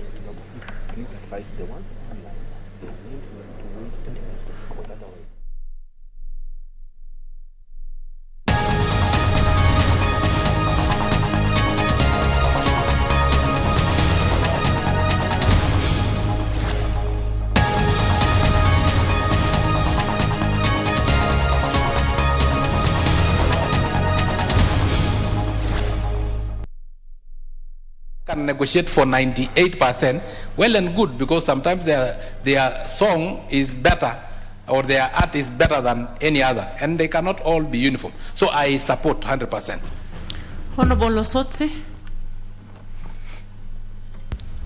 Madam Speaker, I want to differ with my friend John Kiari on the basis from a technical point of view. You know, this the work of the artist is being maintained on a platform. For example, Safaricom platform. There is a running cost of maintaining that technology and the infrastructure. So when we talk about 52%, at least 52%, I think that will be a problem. I think I agree with the amendments by the committee and the Honorable Wanga. But when we put the word at least, then you get to a point where even the providers of that service, they get to a point where they say, okay, if we are not making revenue, we altogether do away with this infrastructure. So we need to be very careful so that we don't bring a legislation that is going to kill businesses. So for me, I do not want to agree with the Honorable Kiari on that basis, that this particular platform is maintained by either Airtel or Safaricom. They have employed people, they have an infrastructure, and they have running costs. Will those costs be covered if we increase the share to 70% or 80%? So, and that's the bigger picture in this. I'm sure the committee was wise in giving 52% because that was based on the presentation by stakeholders. But if you increase it, then you get into major challenges. At least. Could we have the chair make a clarification? The vice chair, that is. Chair, thank you. Thank you very much. Just for purposes of clarity, the proposal by Honorable Wanga did set the percentage to the artist at 52%. Of course, indeed, during the public participation, there were issues as to whether we need to prescribe pricing in statute or we wait to do it in regulation. But what Honorable Sotsi is talking about is that when you say 52% of the revenue, goes to the artist. But Honorable Kiare is saying not less than 52%. Maybe the thing we need to debate a bit further is, what if that figure for 1 shilling and 50 cents comes lower? Because, the industry as technology advances, SMSs used to be 10 shillings, today they're 150. When we say not less than, what if that figure eventually comes to 50 cents? Then you say not less than. But either way, even if we leave it at 52%, I don't think that there would be any harm. There wouldn't be any harm in actual sense. So even as it's set out at 52%, it's still just as okay. Member Fomboni. Thank you, Chair. And on the onset, I need to disagree with Honorable Kiarie. Here we are talking of two figures. One is, there is the 1 shilling and 50 cents, which translates to 0.78 to the artist or the copyright owner. And when we say not less than on a percentage, these percentages are adding up to 100. When you put not less than, definitely it is going to affect the other two. So this is staying at 100%, and if we have to go to the figures of the shilling, 1.5, then we can put the not less than. But Honorable Wanga is moving on the percentages, which to me have to stay fixed at 52 because they're adding up to 100. Otherwise, mathematically, it will cause a problem. Honorable Kishim.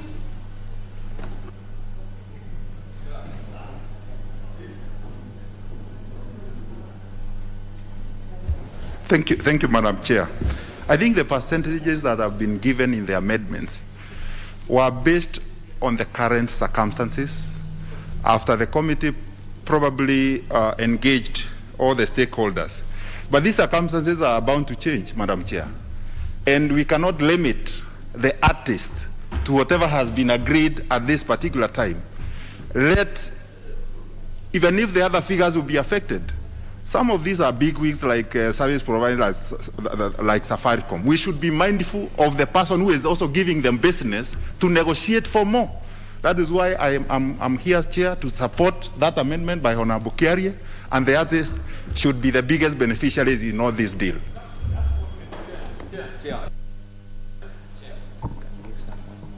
We actually need to interrogate this. Honorable Ndindi. Thank you very much, Madam Chair.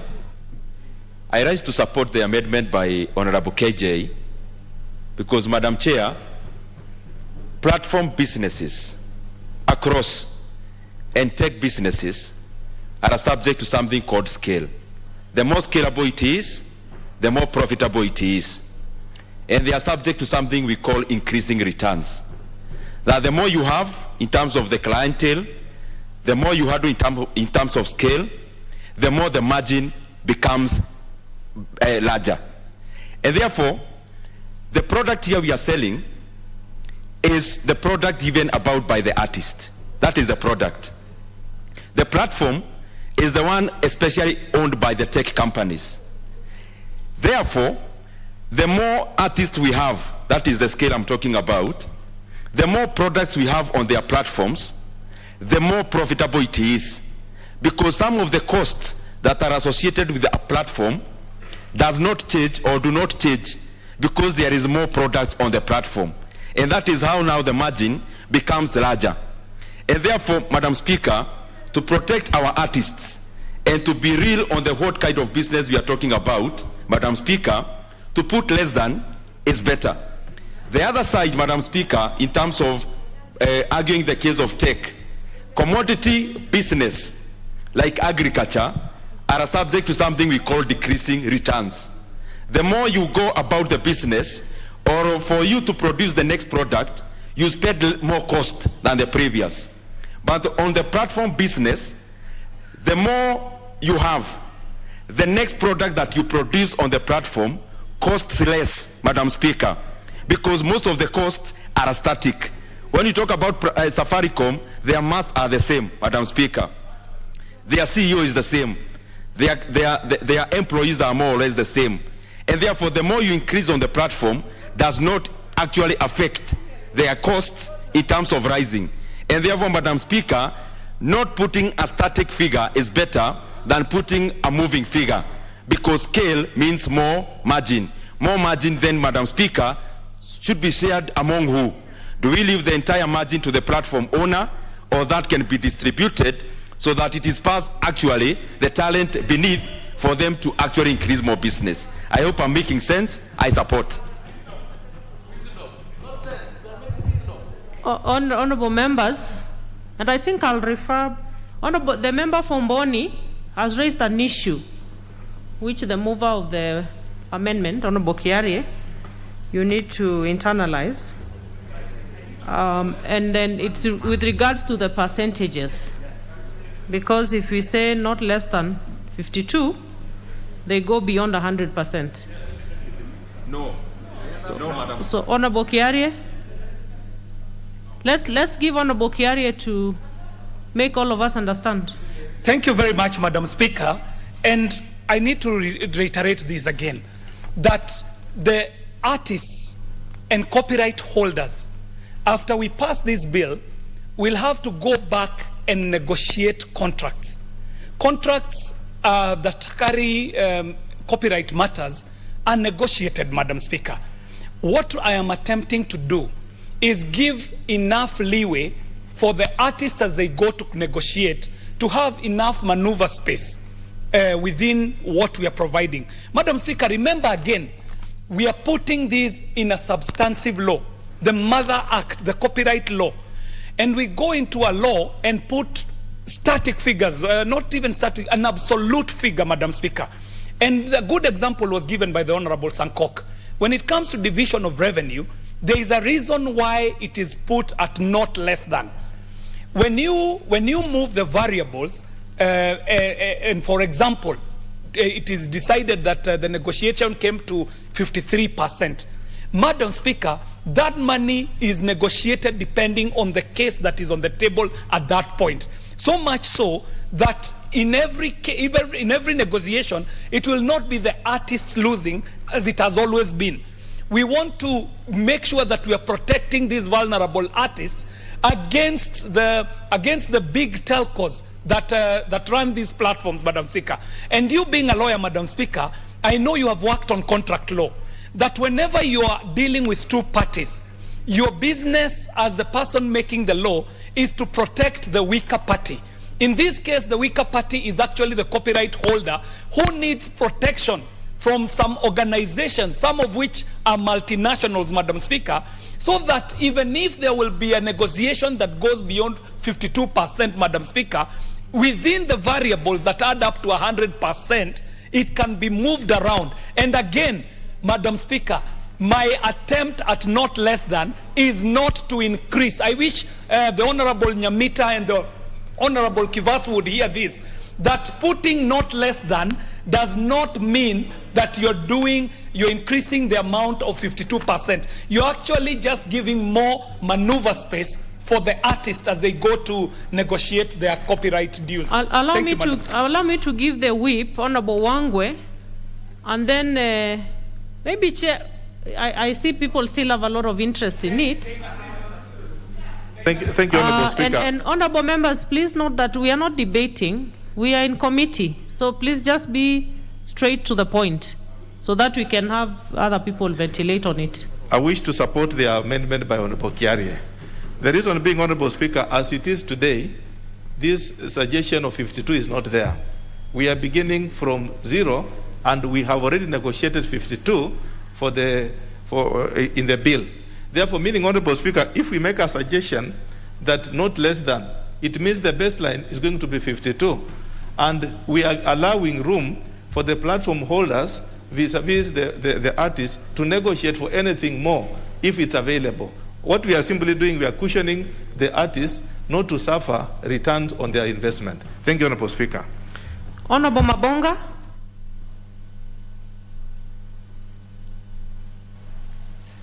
Madam Speaker, I happen to sit in this ICT committee, and the argument or the amendments that have been brought forward by Honorable Kiari is something probably that we did not capture during our discussions.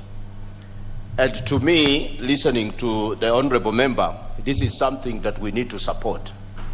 Because listening to all these stakeholders who provide the platforms, business, there are people who are capable to manipulate the system and ensure that people who are suffering down there continue to suffer. So whatsoever that Honorable Kiari is bringing forward, Madam Chair, is just to give room for our local artists that if they have something that has hit the market, they have room for negotiation. I don't find any problem with my colleagues actually accepting this kind of amendment, because we are here to protect our fellow colleagues outside there who are struggling. In business, you cannot make somebody to be static that he cannot have any room to negotiate for business. We are not increasing. We are only saying this is the baseline, this is where we begin, and if there will be any changes in terms of percentage that will hit up to 100, is something that we can still come back and work on it. But let's protect those ones who are at the lowest, who are suffering at the moment. I support the amendment. So, Honorable Ndindi, let's have Honorable Wanga first. She has had her hand up for a long time. And then we can put it to the vote. I think we've deliberated on it for quite some time. Thank you, Chair. I just wanted to add my voice in supporting Honorable KJ, because he raised this matter when we made the presentation to the committee. And I even at that point agreed with him. And the other thing that encouraged me was when Safaricom came, for example, and said, this, technology and the way it evolves in such a way that the prices even get lower as the day goes by. So if the technology prices goes lower, the artist is not tied to 52%. The artist can add to 55, 60 as the technology prices goes lower by the day. So I support Honorable KJ. Honorable Ndindi. Chair, maybe to help even the member for Boni and the committee, in terms of adding up to 100%, now that we are proposing not less than 52%, I think therefore then we need, or the committee needs to look at the semantics on the other end. Instead of leaving static figures, then they can use a language like not more than. In terms of the platform holder, the other 48%, instead of leaving it at 48%, then we can add not more than 48%, so that whatever direction you take, it balances at 100%. Okay, finally the chair, and then we can... Chair, I think mathematically there is no challenge with Honorable Kiari's amendment, because what it refers to is just a figure not less than.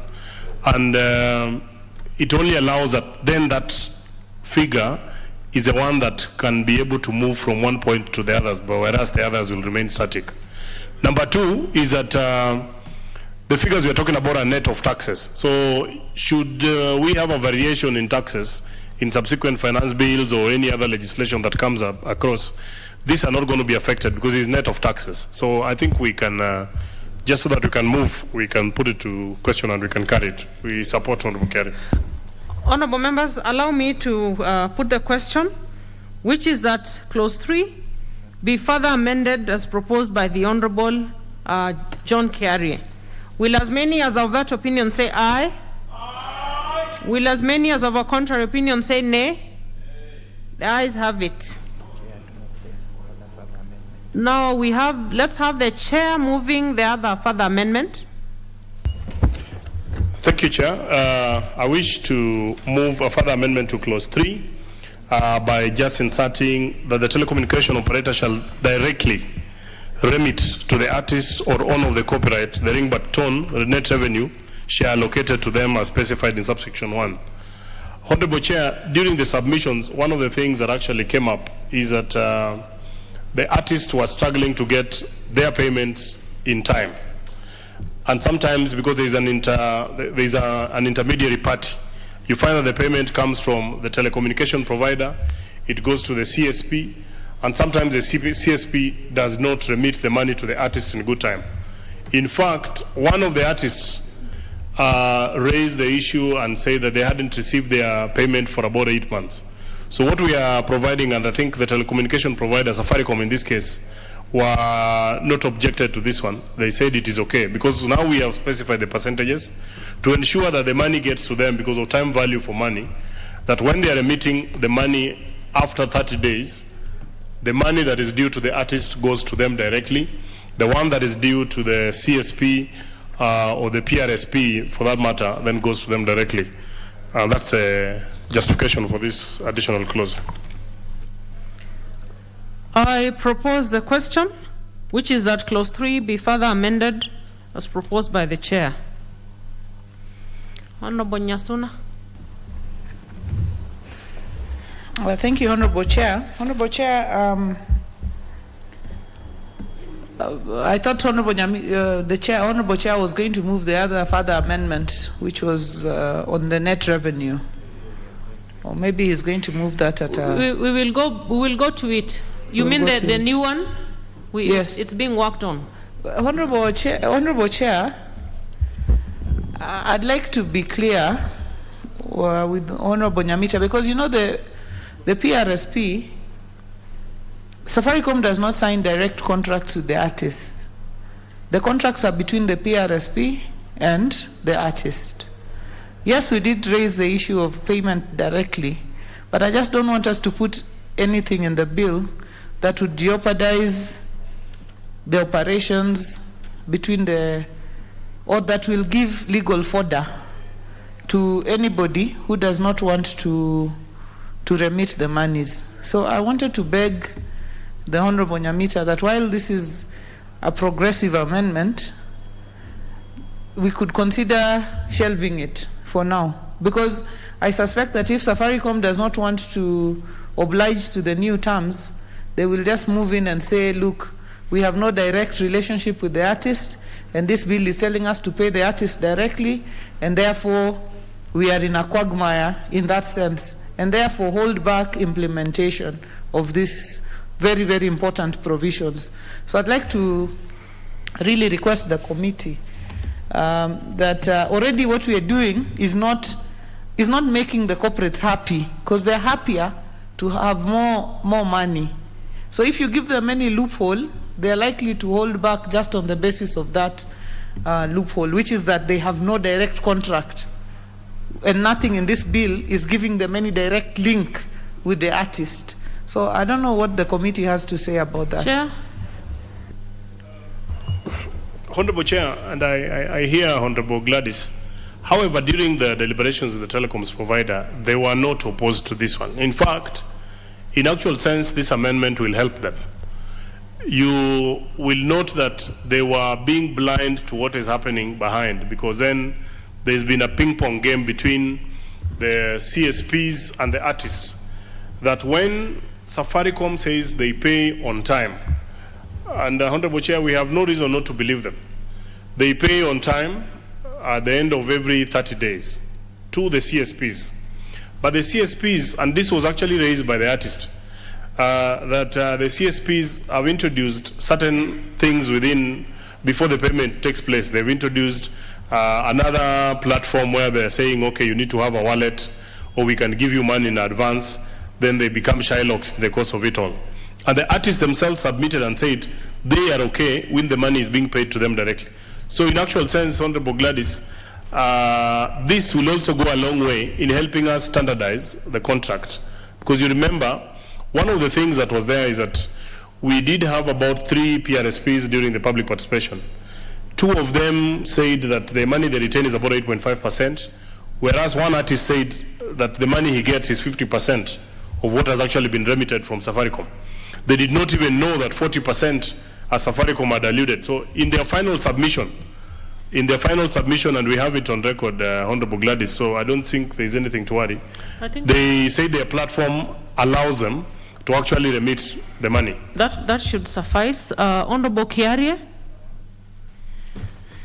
Madam Speaker, generally I would be inclined to the argument that is being brought forth by the chairperson of Finance, Honorable Gladys Wanga, if it was an ordinary situation, Madam Speaker.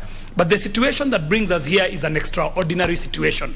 Madam Speaker, the person we are trying to protect here is the artist. The artist reported to the committee that they're having a big problem with the collection entities, the CBOs and the PRSPs and so on, because there is a lot of money politics within these CBOs, Madam Speaker, that if asked, the artists would gladly want to collect their monies directly from the platform owners so that we reduce the broken telephone that is between the platform owner and the artists. So, Madam Speaker, I do rise to support this amendment, and I do pray that the House goes through with it, because, Madam Speaker, the artists are given an opportunity to go through a CBO or to go directly. They would choose to go directly to the platform giver. But, Madam Speaker, also let us remind ourselves that Skiza Tunes is a very small percentage of the industry. A very small industry, because it reduces it down to a musician, and a musician who is making certain kind of music. So we have to see every amendment in the larger scheme of things, and as such, I would not want to postpone this amendment as is proposed by Madam Gladys Wanga. I would wish that it would be implemented together with the amendments that we are doing today. Thank you very much, Madam Chair. Let's proceed to put the question, which is that clause 3 be further amended as proposed by the chair. Will as many as of that opinion say aye? Aye. Will as many as of a contrary opinion say nay? Nay. The ayes have it. Chair, now you can do the final one. Thank you, Chair. I will move the final further amendment to this clause, and it is actually the amendment we discussed earlier, that clause 3 be further amended in the proposed new section 30C by deleting the words net revenue and substituting therefore the words revenue net of taxes. I think this is basically just to bring clarity to what we essentially mean by saying that the money to be divided is the whole figure net of taxes. So the net revenue to mean net of taxes. So we're just clarity, really, nothing else. All right. I propose the question, which is that clause 3 be further amended as proposed by the chair. I think this one should be clear. Honorable Oundo, I thought you had debated this for some time. Yeah, Chair, fine. I know it's a matter of semantics or it's a matter of tidying up, but in my limited understanding of accounting, I always believe net revenue, essential net revenue. Because when even sharing profits from a company point of view, profits are based on net revenue after expenses and taxation. So unless that meaning has changed, then whichever way we carry. You're proposing? What are you proposing? I'm saying we change? I don't see actually the difference between what is here and what's being proposed here, because net revenue simply means net revenue, revenue less all the expenses, and taxation is tax is normally taken as net expense. So unless there's a very good explanation why the semantic, why the change of the words, probably the chair could further explain so that most of us can understand what it's all about. In any case, Dr. McCall Mool is here, who probably understands better, he could further explain. Thank you. You know, the chair had already said that much, and he seemed to have been pushed to change it. Chair. I think it was just for clarity, because what we mean, let us talk about what we mean to achieve with this bill, is that we want the revenue to be shared to be that revenue net of taxes. Yeah, so net of taxes. It shouldn't have any and that's what was originally, but because members, you know, this is a house of debate, and because many members were thinking that we included to be more clear as net of taxes. But what he is speaking about is actually my earlier suggestion, but we'll just put net of taxes. Maybe Honorable Makali Mulu, is it a very grave matter of semantics to warrant the chair to now withdraw it again? Thank you, Madam Chair. I think, Madam Chair, what Honorable Yamita is explaining and what he is saying are two different things. If the idea is to share the money which remains after netting off taxes and other expenses, you can't say revenue less taxes only, because then the other expenses will not be taken care of. But I think what he wants to say is that after taking care of the expenses and then the taxes, whatever remains is what you share. So that should just be net revenue, which means you take care of taxes, because taxes are statutory requirement, it must be removed. Then you remove the expenses. So it depends on what Honorable Nyamita wants to do. So do you want, Honorable Nyamita, can you be clear? Do you want to share revenue which remains after netting of taxes and expenses, or do you want to share only net taxes? Because if you net only taxes, then expenses will not be removed from the revenue. Okay, I think Honorable Luanga is the one who put us into this, or rather put the members into this. So you need to clarify whether it's just net of taxes or net of taxes and net of expenses together. Thank you, Chair. The reason we are even adding what we are adding is because we want it to be net of taxes alone. That is the point. Otherwise, we would have left it as it is, which was net revenue, where you could even add expenses or every other thing and net it off. But the reason we are specifying it is because we want the 1 shilling and 50 cents to be net of taxes. Expenses, you now pay for yourself based on now what you have received. Yeah. I think that clarifies this. So let's close it, because we have dwelt on it for long. And I go on to put the question, which is that clause 3 be further amended as proposed by the chair. Will as many as of that opinion say aye? Aye. Will as many as of a contrary opinion say nay?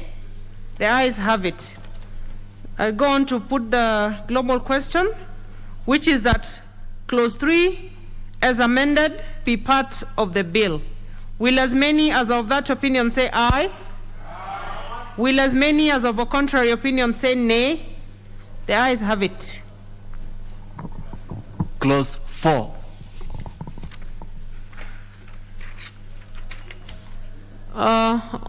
The Honorable Chair, there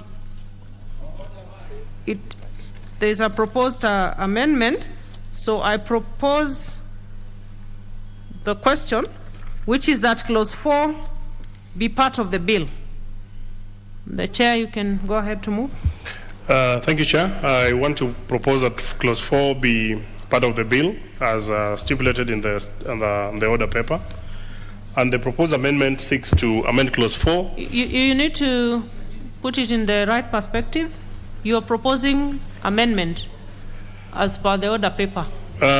Chair, that the bill be amended by deleting clause 4 and substituting therefore the following new clause as stipulated in the order paper. And the justification for the same, the proposed amendment seeks to amend clause 4 to insert the proposed new sections immediately after section 22A of the Act for logical flow. Section 22A, Chair, provides for the registrar of copyright works. Therefore, the provisions are better placed after section 22A. The proposed new section 22B seeks to establish the National Rights Registry. The proposed section 22C provides for the functions of the registry, and 22D provides for the voluntary registration on the registry. Thank you, Chair. I propose a question, which is that clause 4 be amended as proposed by the Chair. Honorable Kiari. Madam Chair, I'll be very brief. I know the Honorable Sankok is in a hurry, but for the artists in this country, this is extremely important, what we are doing today. Madam Speaker, it was last year but one during the height of COVID that His Excellency the President offered 100 million Kenya shillings to be given to artists during the pandemic. The problem in the industry at that time was, how do you identify an artist? Who is defined as an artist? Who is a copyright holder? So, Madam Speaker, one of the greatest things the 12th Parliament is ever going to do is to bequeath a registry to this industry so that we can be able to identify who these artists are, what their rights are and how their rights can be protected even by government. So, Madam Speaker, I do stand to support this inclusion of the formation of a registry that will identify the artists in this country. Thank you very much, Madam Speaker. Honorable Wanga. Thank you, Honorable Chair. In addition to what Honorable KJ has said, which is the importance of the registry, I think I want to support what the committee is doing, which is to give this amendment a home in the right place in the bill. So they are moving it from 34 and taking it to 22, which is where it actually belongs. So that I support.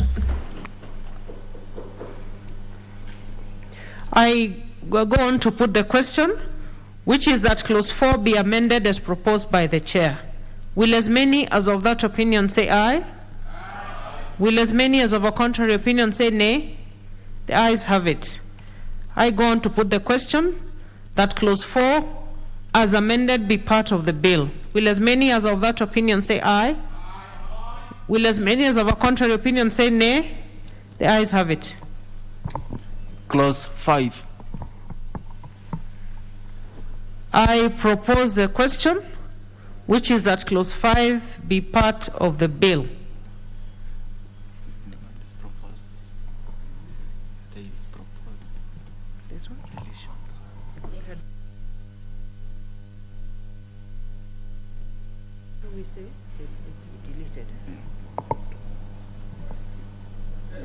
Okay.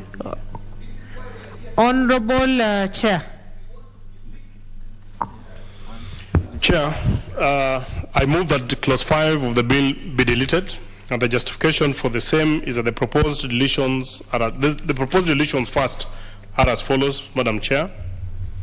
Section 35B of the Act is an important progressive provision that is fairly recent in the need of implementation and should therefore be retained.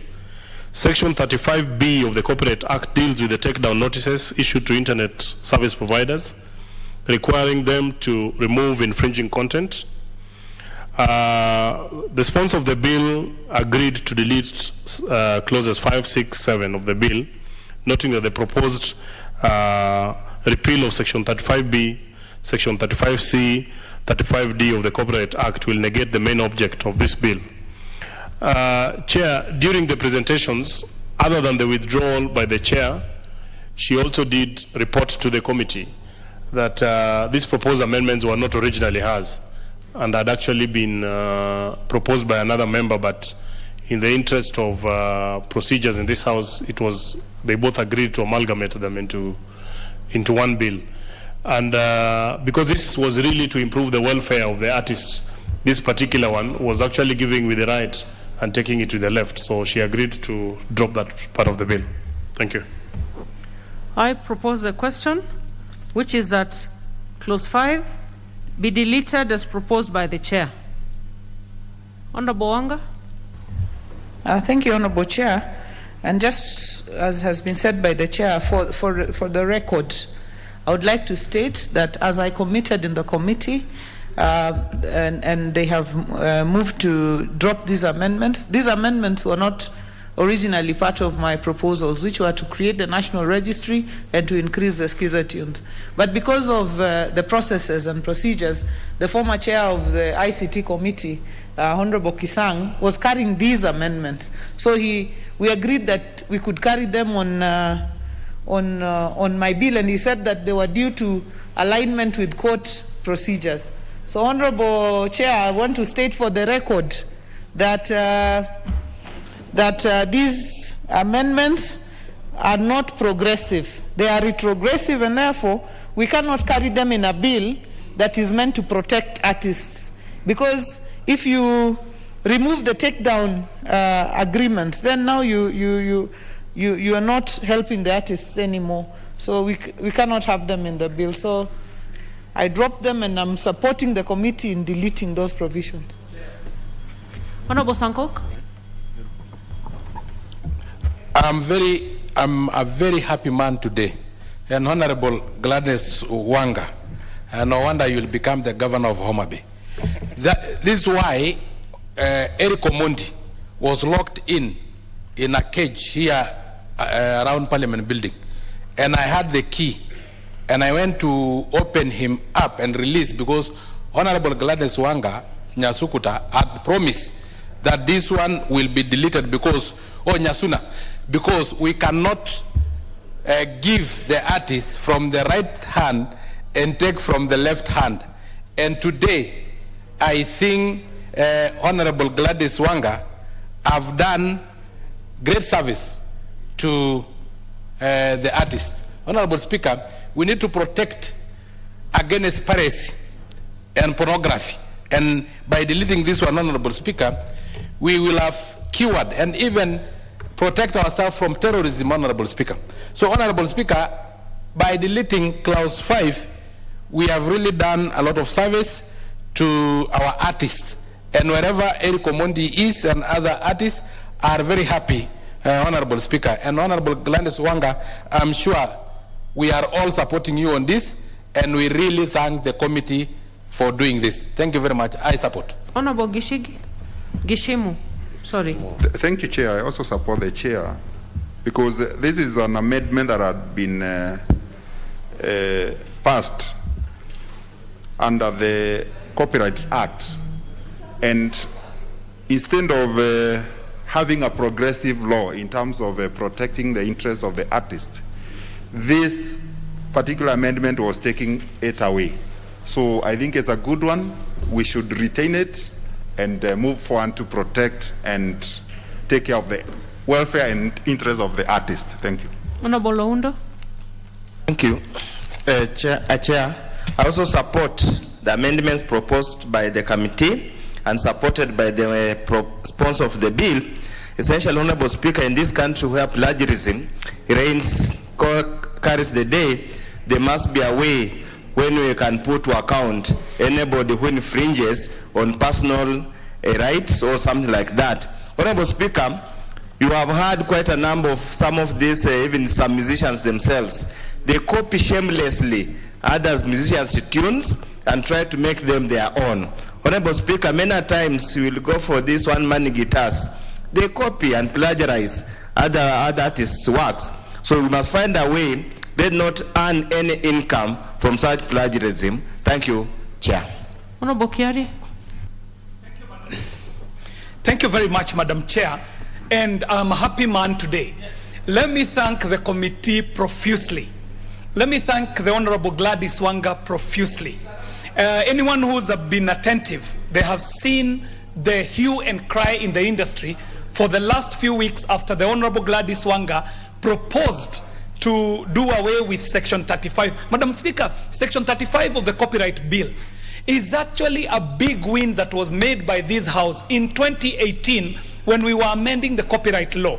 It was such a big win that Kenya was celebrated across the continent as having a very progressive copyright bill. Madam Speaker, if we would have done away with Section 35, we would have been doing a great disservice to the industry, Madam Speaker, because this is a section that protects works of art, protects copyrighted works, protects the copyright holder against piracy, but most importantly, Madam Speaker, in this day and age of technology, Section 35 has been allowing the takedown of offensive material. Offensive material, Madam Speaker, could actually be piracy, it could be plagiarism, it could be terrorism in the dark web. And Madam Speaker, think about Kenya today and the technology that even your children have today. They are going into places that even you yourself cannot go into, what they are calling the dark web. So Madam Speaker, Section 35 protects against piracy, plagiarism, terrorism, child pornography, and all these matters. So I'm extremely happy to hear today the Honorable Gladys Wanga saying that she had a monkey on her back, but she didn't know who owned that monkey. I'm glad she has shut down the monkey, and today we will be happy to pass these amendment laws knowing that Section 35 shall not be touched. Madam Speaker, matters of copyright are sensitive, especially to the copyright holders, but must be protected by law, Madam Speaker. Thank you very much. You know, I can't help wondering, Honorable Kiari is an artist, what you did with ridiculous. Was it impersonation? Was it plagiarism? And if somebody did what you are doing, would it amount to plagiarism yet? Madam Speaker, Ridiculous was a make-believe satire comedy show. Everything that was put up on the show was extremely original. Great. Because we did not, when we imitate Madam Speaker, you're not imitating the Honorable Soipan. You're actually the artist becoming a new character. And to your question, the fate of Ridiculous, Madam Speaker, when I was in Ridiculous, for every shilling I made, the pirate made 4 shillings. Today, Soul Generation, Sauti Soul, the biggest artists as we speak today, are reporting to us that 80% of their revenues are actually lost to piracy. So, Madam Speaker, we cannot afford to lose Section 35 of the Copyright Amendment Bill of 2018. Thank you very much, I'm Madam. sure that is educative to most of us here. We can proceed, honorable members. I go on to put the question, which is that clause 5 be deleted as proposed by the chair. Will as many as of that opinion say aye? Aye. Will as many as of a contrary opinion say nay? The ayes have it. And with that, honorable members, the other amendments proposed by Honorable Wanga and Honorable Kiarie, they disappear with the success of this one by the chair. So we're going to put the question. No, I think it's done. It's done as it is. Clause 6. I propose the question that clause 6 be part of the bill. Honorable Chair. Thank you, Chair. And in the interest of time, I propose that clause 6 of the bill be deleted. And the justification is as I'd given for the previous clause. I don't know whether you want us to do this on clause 7 because it's the same reason. Then we just delete all of them, or we have to go by one by one. Yeah, just do 6 first. Yeah, the justification is actually the same, Madam Chair, that Section 35 of the Act is important and progressive, and that the sponsor of the bill largely said it was not part of our amendments, and she actually asked the committee that we drop it. Are you dropping or deleting? Deleting. Yeah, so we dropped the proposed amendment, so we deleted. Okay. Yeah. I propose the question, which is that clause 6 be deleted as proposed by the chair. I go on to put the question, which is that clause 6 be deleted as proposed by the chair. Will as many as of that opinion say aye? Aye. Will as many as of a contrary opinion say nay? The ayes have it. And the following proposed deletions by Honorable Wanga and Honorable Kiarie, they disappear with the success of the chairs. Next. Clause 7. I propose the question that clause 7 be part of the bill. Chair. Madam Chair, as in clause 6 above, I propose that clause 7 of the bill be deleted for justification given in the previous clause. Thank you, Chair. I propose the question that clause 7 be deleted as proposed by the chair. And I can go on to put the question, which is that clause 7 be deleted as proposed by the chair. Will as many as of that opinion say aye? Will as many as of a contrary opinion say nay? The ayes have it. And the ones by Honorable Wanga and Honorable John Kiarie suffer a natural death. Clause 8. I propose the question that clause 8 be part of the bill. Chair.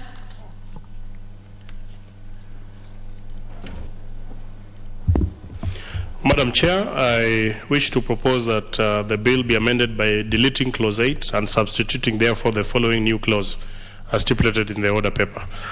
The reason for this, Madam Chair, is basically to amend clause 8 for logical flow, nothing material.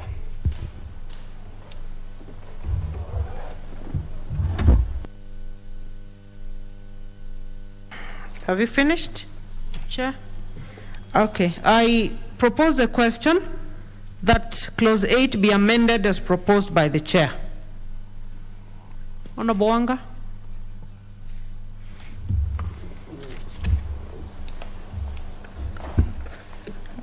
Thank you, Honorable Chair.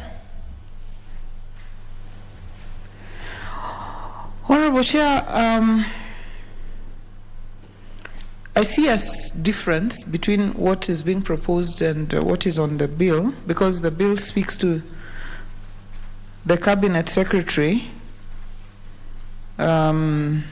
prescribing the items that have been listed.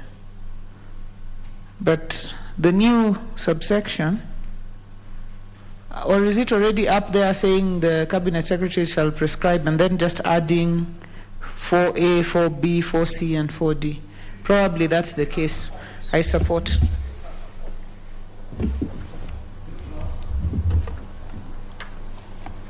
Come again, Honorable Wanga.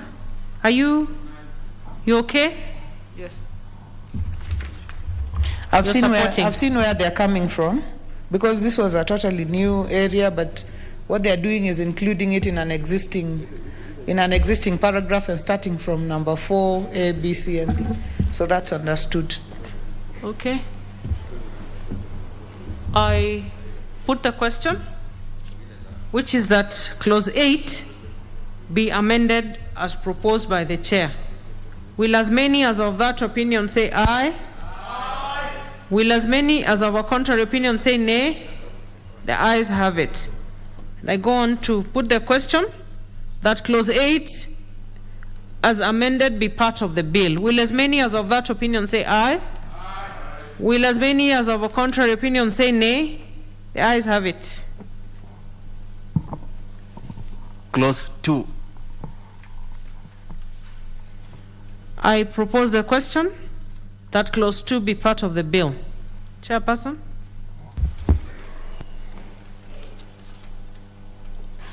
Madam Chair, thank you. I wish to propose that clause 2 of the bill be amended as stipulated in the order paper.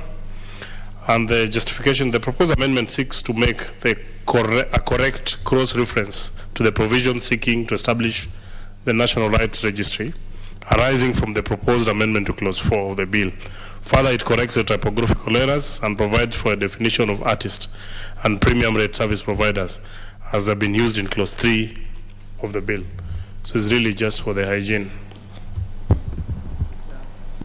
I propose the question that clause 2 be amended as proposed by the Chair.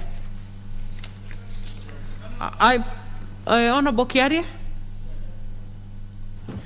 Madam Speaker, I'm rising to support this amendment, and I wanted to just make a closing remark, Madam Chair, that even looking at what we are doing this afternoon tells you that there is a lot of work to be done in the copyright space, Madam Speaker. So allow me this 1 minute to just plead with the government, Madam Speaker. We are doing a copyright law in a country where we do not have an intellectual properties policy. The ministry has been dragging its feet. It's now 60 years since independence, and we still don't have a substantive intellectual properties policy. In fact, in the right order of things, the copyright bill should actually have followed the intellectual properties policy. Secondly, Madam Speaker, the work that we have done in the life of this parliament on copyright has actually been patchwork. It is kiraka work. We just identify an area, put a kiraka. However, I know it is alive to the committee. I am no longer a member of that committee. I was fumigated, Madam Speaker. But I know it is alive to the committee that we need an entire new, robust copyright law. And I do wish that the members of that committee would actually do a good report that even if it was not done in the life of this parliament, the next committee of ICI, Information, Communication and Innovation, will find in their entry a proper report recommending the overhaul of the copyright bill in its entirety, so that we get a new, modern and good law that speaks to the times of today. So thank you very much, Madam Chair, for according me that opportunity. I do believe that we need an entire new copyright law for this country and an intellectual properties policy from the ministry. Thank you very much, Madam Chair. Honorable Oundo. Madam Chair, this is a learning curve. I got interested in comedy when KJ started doing those ridiculous things of theirs. Whether it's ridiculous or ridiculous, whatever it is, it's a learning curve. Now I can hear, I've learned a term here. Artist means a singer, a declaimer, whatever that means. I'll ask my son and my grandchildren to tell me what that is. But I totally want to echo his views that I want to say we have a bad habit in this country of doing patchwork instead of addressing the issues collectively and comprehensively. Indeed, the amendments that are here are addressing one single aspect of such a complicated matter or a complicated sphere that requires a very comprehensive and robust approach to ensure that whatever is happening is anchored into something. We are going to the world, it's seen all over the world. It's the artists, the singers, who are the richest and the most prominent people. We must find a way to safeguard and ring-fence their income so that when they retire or when they die, when they retire, they cannot sing, they cannot dance. We don't have the same problem we're having all over. They can't pay for medical bills, they die destitute, they die badly. Honorable Speaker, Madam Chair, there are very many artists we used to envy, we used to listen to their music, we used to dance to their music. But when you meet them on the streets of Nairobi, Madam Chair, you get embarrassed. You feel sorry that these people who made you happy at that particular time, and many of these guys who are here my age mate probably found their wives in dancing halls when those guys were singing for them. Now you are happily married, you have children, and the guys who made you get a wife, who made you get happiness, who made you enjoy the fruits of life, are languishing in poverty, and yet we just pass them and we don't bother to check. Honorable Chair, I support and I hope in the fullness of time, as KG has stated, the committee will at their own volition initiate a process of having a comprehensive policy. Thank you, Honorable Chair. Honorable Sankok. Thank you very much, Honorable Speaker. And Honorable KJ, have really aroused our emotions, Honorable Speaker. First of all, I used to view ridiculous and Red Corner while I was in the University of Nairobi, and it was in Kenyatta University. And it actually was a very nice show that all of us were very happy. And we are saddened that he used to earn 1 shilling while copyright characters earn more than 4 shillings. Honorable Chair, and I think Honorable Wanga and the committee should now take up from Honorable Kiari and maybe consult him. Even if he was kicked out or fumigated from the committee, he should they should borrow some knowledge from him on the issue of intellectual property policy. Honorable Chair, I invented the knife sharpener using the physics principle of a bigger circle rotating a smaller circle, and aware that all my community mates, that's the Maasai, everybody have a sword. So while I was in the university, because my parents were not blessed enough to be able to pay my school fees, I decided to invent a knife sharpening machine, which I used to drive using one leg because my other leg is paralyzed. But unfortunately enough, you know, when Kenya copy exam, they copy even the name of the child they are copying from. So they copied even, they drive using one leg, while actually they could drive it easily using right legs. In fact, I have seen some of them even driving the knife sharpener using the left leg. They are not aware that it was because my right leg was paralyzed, but naturally it is a right leg that is stronger. So, Honorable Speaker, if there was this intellectual property policy in Kenya, then I would have been benefiting even up to now. But people are sharpening knives everywhere. But although I benefited because the first day that machine costed me 1,000. Are you saying, Honorable Sankok, you invented that machine? Yes. That is taken round? Yes, but I didn't patent it. And it costed me 1,500 shillings, total cost of the everything, Honorable Speaker. But when I went to Masai Land, everybody had a sword, so I actually sharpened so many swords. I made almost 20,000 at the first day. You know, 20 shillings was full. I had a bucket full of 20 shillings. So, Honorable Speaker, there are artists in this country who can invent, who can really earn from their sweat, Honorable Speaker, but we are not protecting them as a house. So let the committee also follow up on what Honorable KJ said on intellectual property policy. Thank you for giving me that opportunity. Dr. Makali. Yeah, thank you, Honorable Speaker, for this opportunity.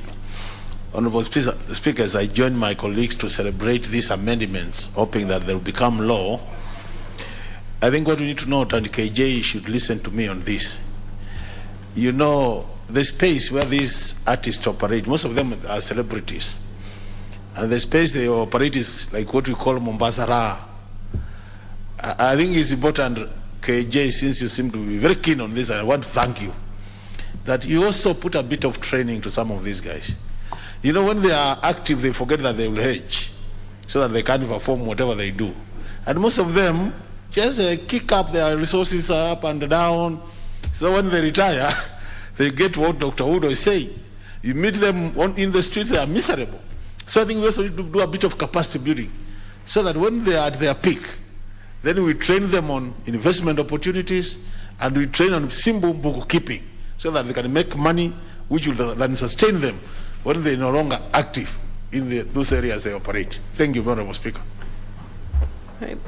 Right, we can proceed to put the question, which is that Clause 2 be amended as proposed by the Chair. Will as many as of that opinion say aye? Aye. Will as many as of a contrary opinion say nay? The ayes have it. I go on to put the question that Clause 2 as amended be part of the bill. Will as many as of that opinion say aye? Aye. Will as many as of a contrary opinion say nay?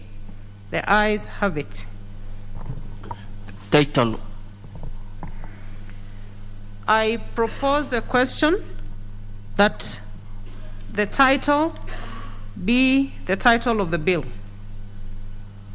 And I go on to put the question that the title be the title of the bill.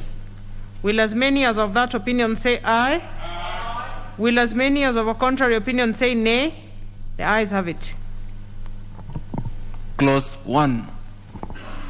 I propose the question that Clause 1 be part of the bill. And I go on to put the question that Clause 1 be part of the bill. Will as many as of that opinion say aye? Aye. Will as many as of a contrary opinion say nay? The ayes have it.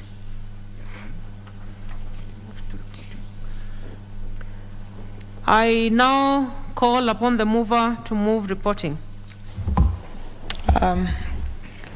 Thank you, Honorable Chair. We are freezing in here. I just don't know what to do. We are going to just be sick. Clerks. It's really cold. Honorable Chairperson, I beg to move that the committee do report to the House its consideration of the Copyright Amendment Bill, National Assembly Bill number 44 of 2021, and its approval thereof with amendments.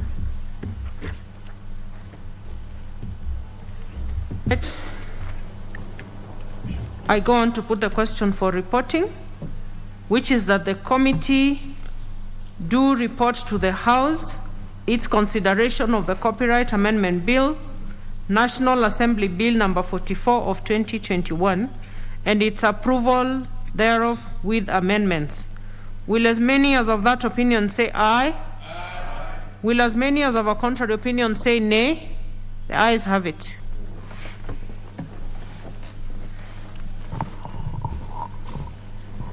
Honorable members, Madam Speaker,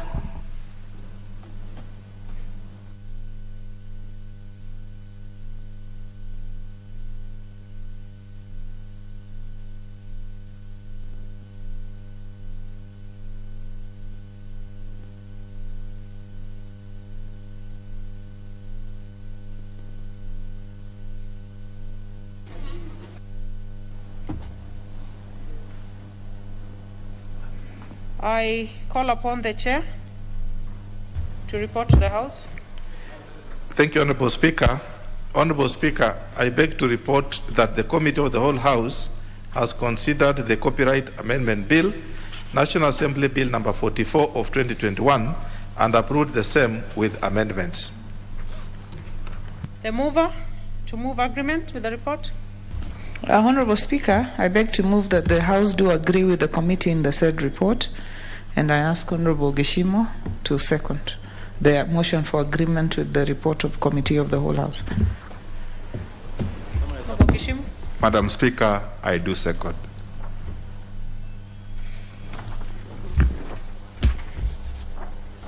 Honorable members, I propose a question, which is that the House do agree with the committee in the said report.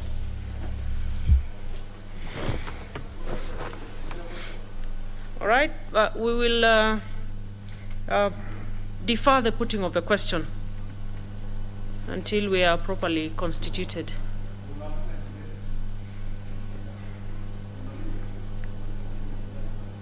And I think this was a very good committee of the whole House to run.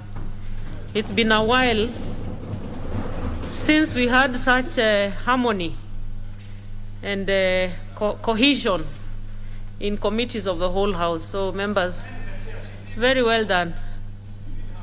Very well done, members. Next order.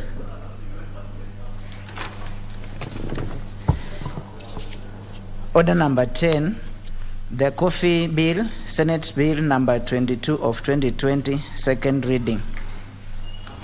Chairperson, Committee on Agriculture.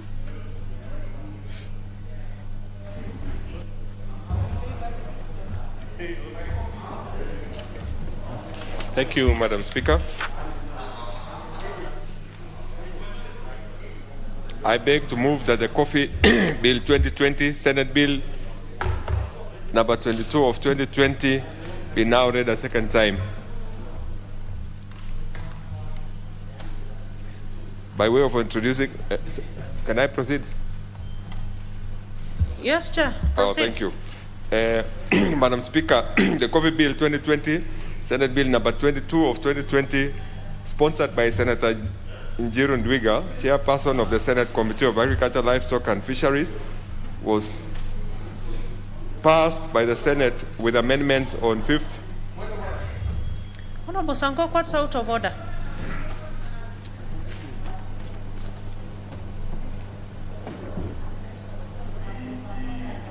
Thank you very much, Honorable Speaker.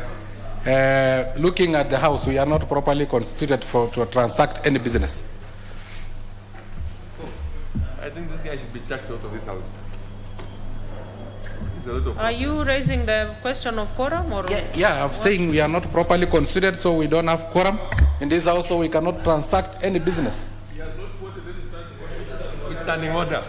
The standing orders that you know. Which standing order? Honorable The one that you know. Order. Which standing order? The one that you know. I order for the quorum bell to be rung for 10 minutes.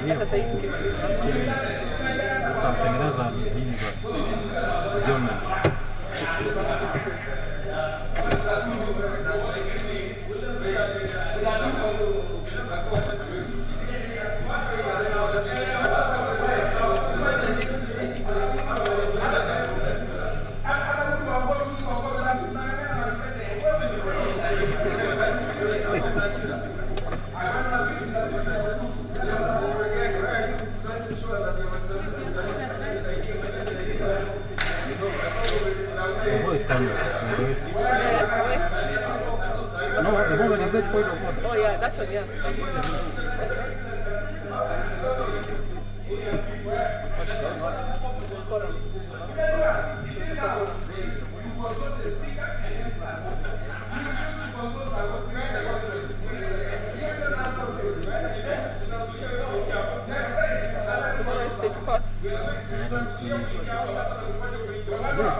Tomorrow is 24 there.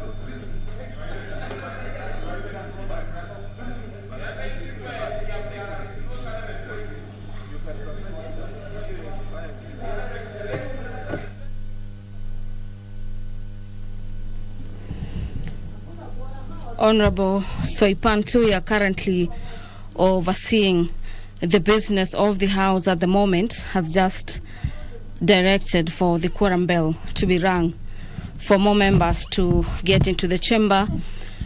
The House was debating the Copyright Amendment Bill before the issue of quorum was raised by a nominated Member of Parliament, David Ole Sankok. Members have been debating that particular bill and they could not vote, which is normally putting the question on the bill. This is owing to the fact that the House doesn't have the requisite numbers to take a vote. The Copyright Amendment Bill 2021 seeks to amend the Copyright Act by repealing Section 35B to Section 35D, which provides for the notice and taking down procedures, the role of the internet service providers, and judicial reliefs for copyright infringement, respectively.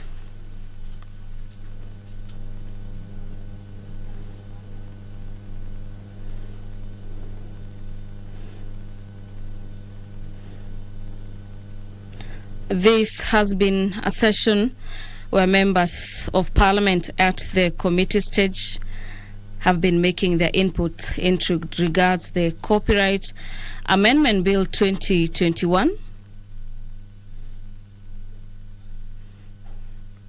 and the debate on that particular bill has been completed, and what was remaining is the question to be put for members of Parliament to vote on the amendments into that particular bill. And so, owing to the fact that the House doesn't have the requisite quorum, and pursuant to Standing Orders number 35, the first chair of the Speaker's panel, that is being Honorable Soipan Tuya, and who is currently presiding over the debate in the National Assembly at the moment, directing that the quorum bell be rung to allow for more members access the chambers and to see if the House will be able to take the vote on that particular bill. The Copyright Amendment Bill seeks to provide for a fair formula of sharing revenue from ringback tunes between the artists, copyright holders, and telecommunication companies. The bill by Honorable Gladys Wanga also provides that the artists should get a greater share of revenue at 50%. Order, members, take your seats.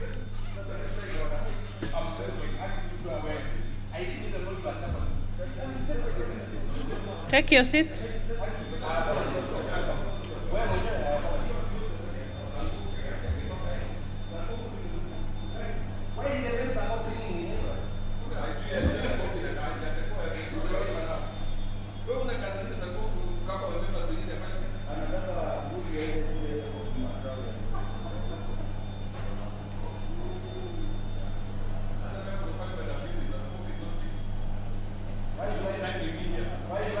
Other members, take your seats.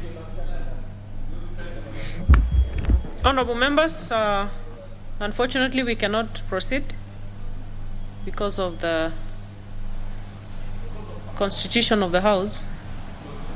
So we have to adjourn.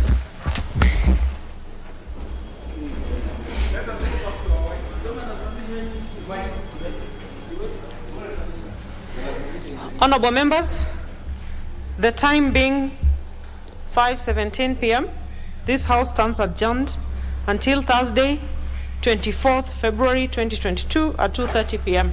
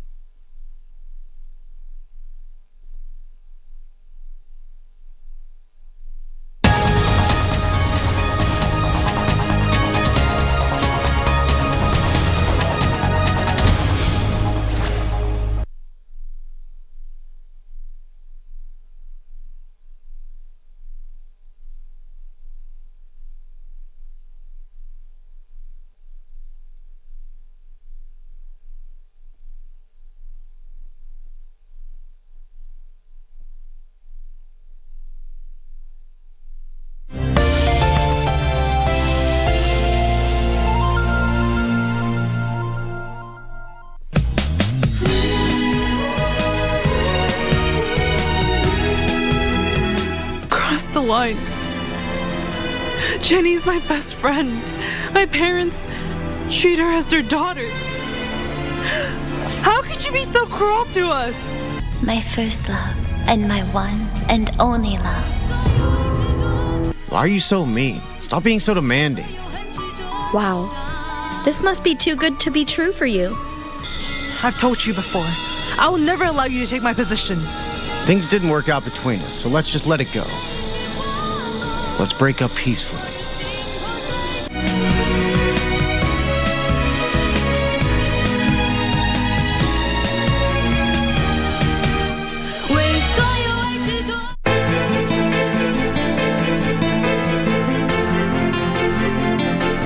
Nataka niende niwe kule karibu ili Babu Tunde akinihitaji mimi niwe wa msaada kwake. Nimekataa, hakuna kwenda kijijini. Wewe Tunde akuhusu nini wewe? Tunde babangu mimi. Kwa hivyo pia unaona nilifanya makosa. Hana haja na sisi.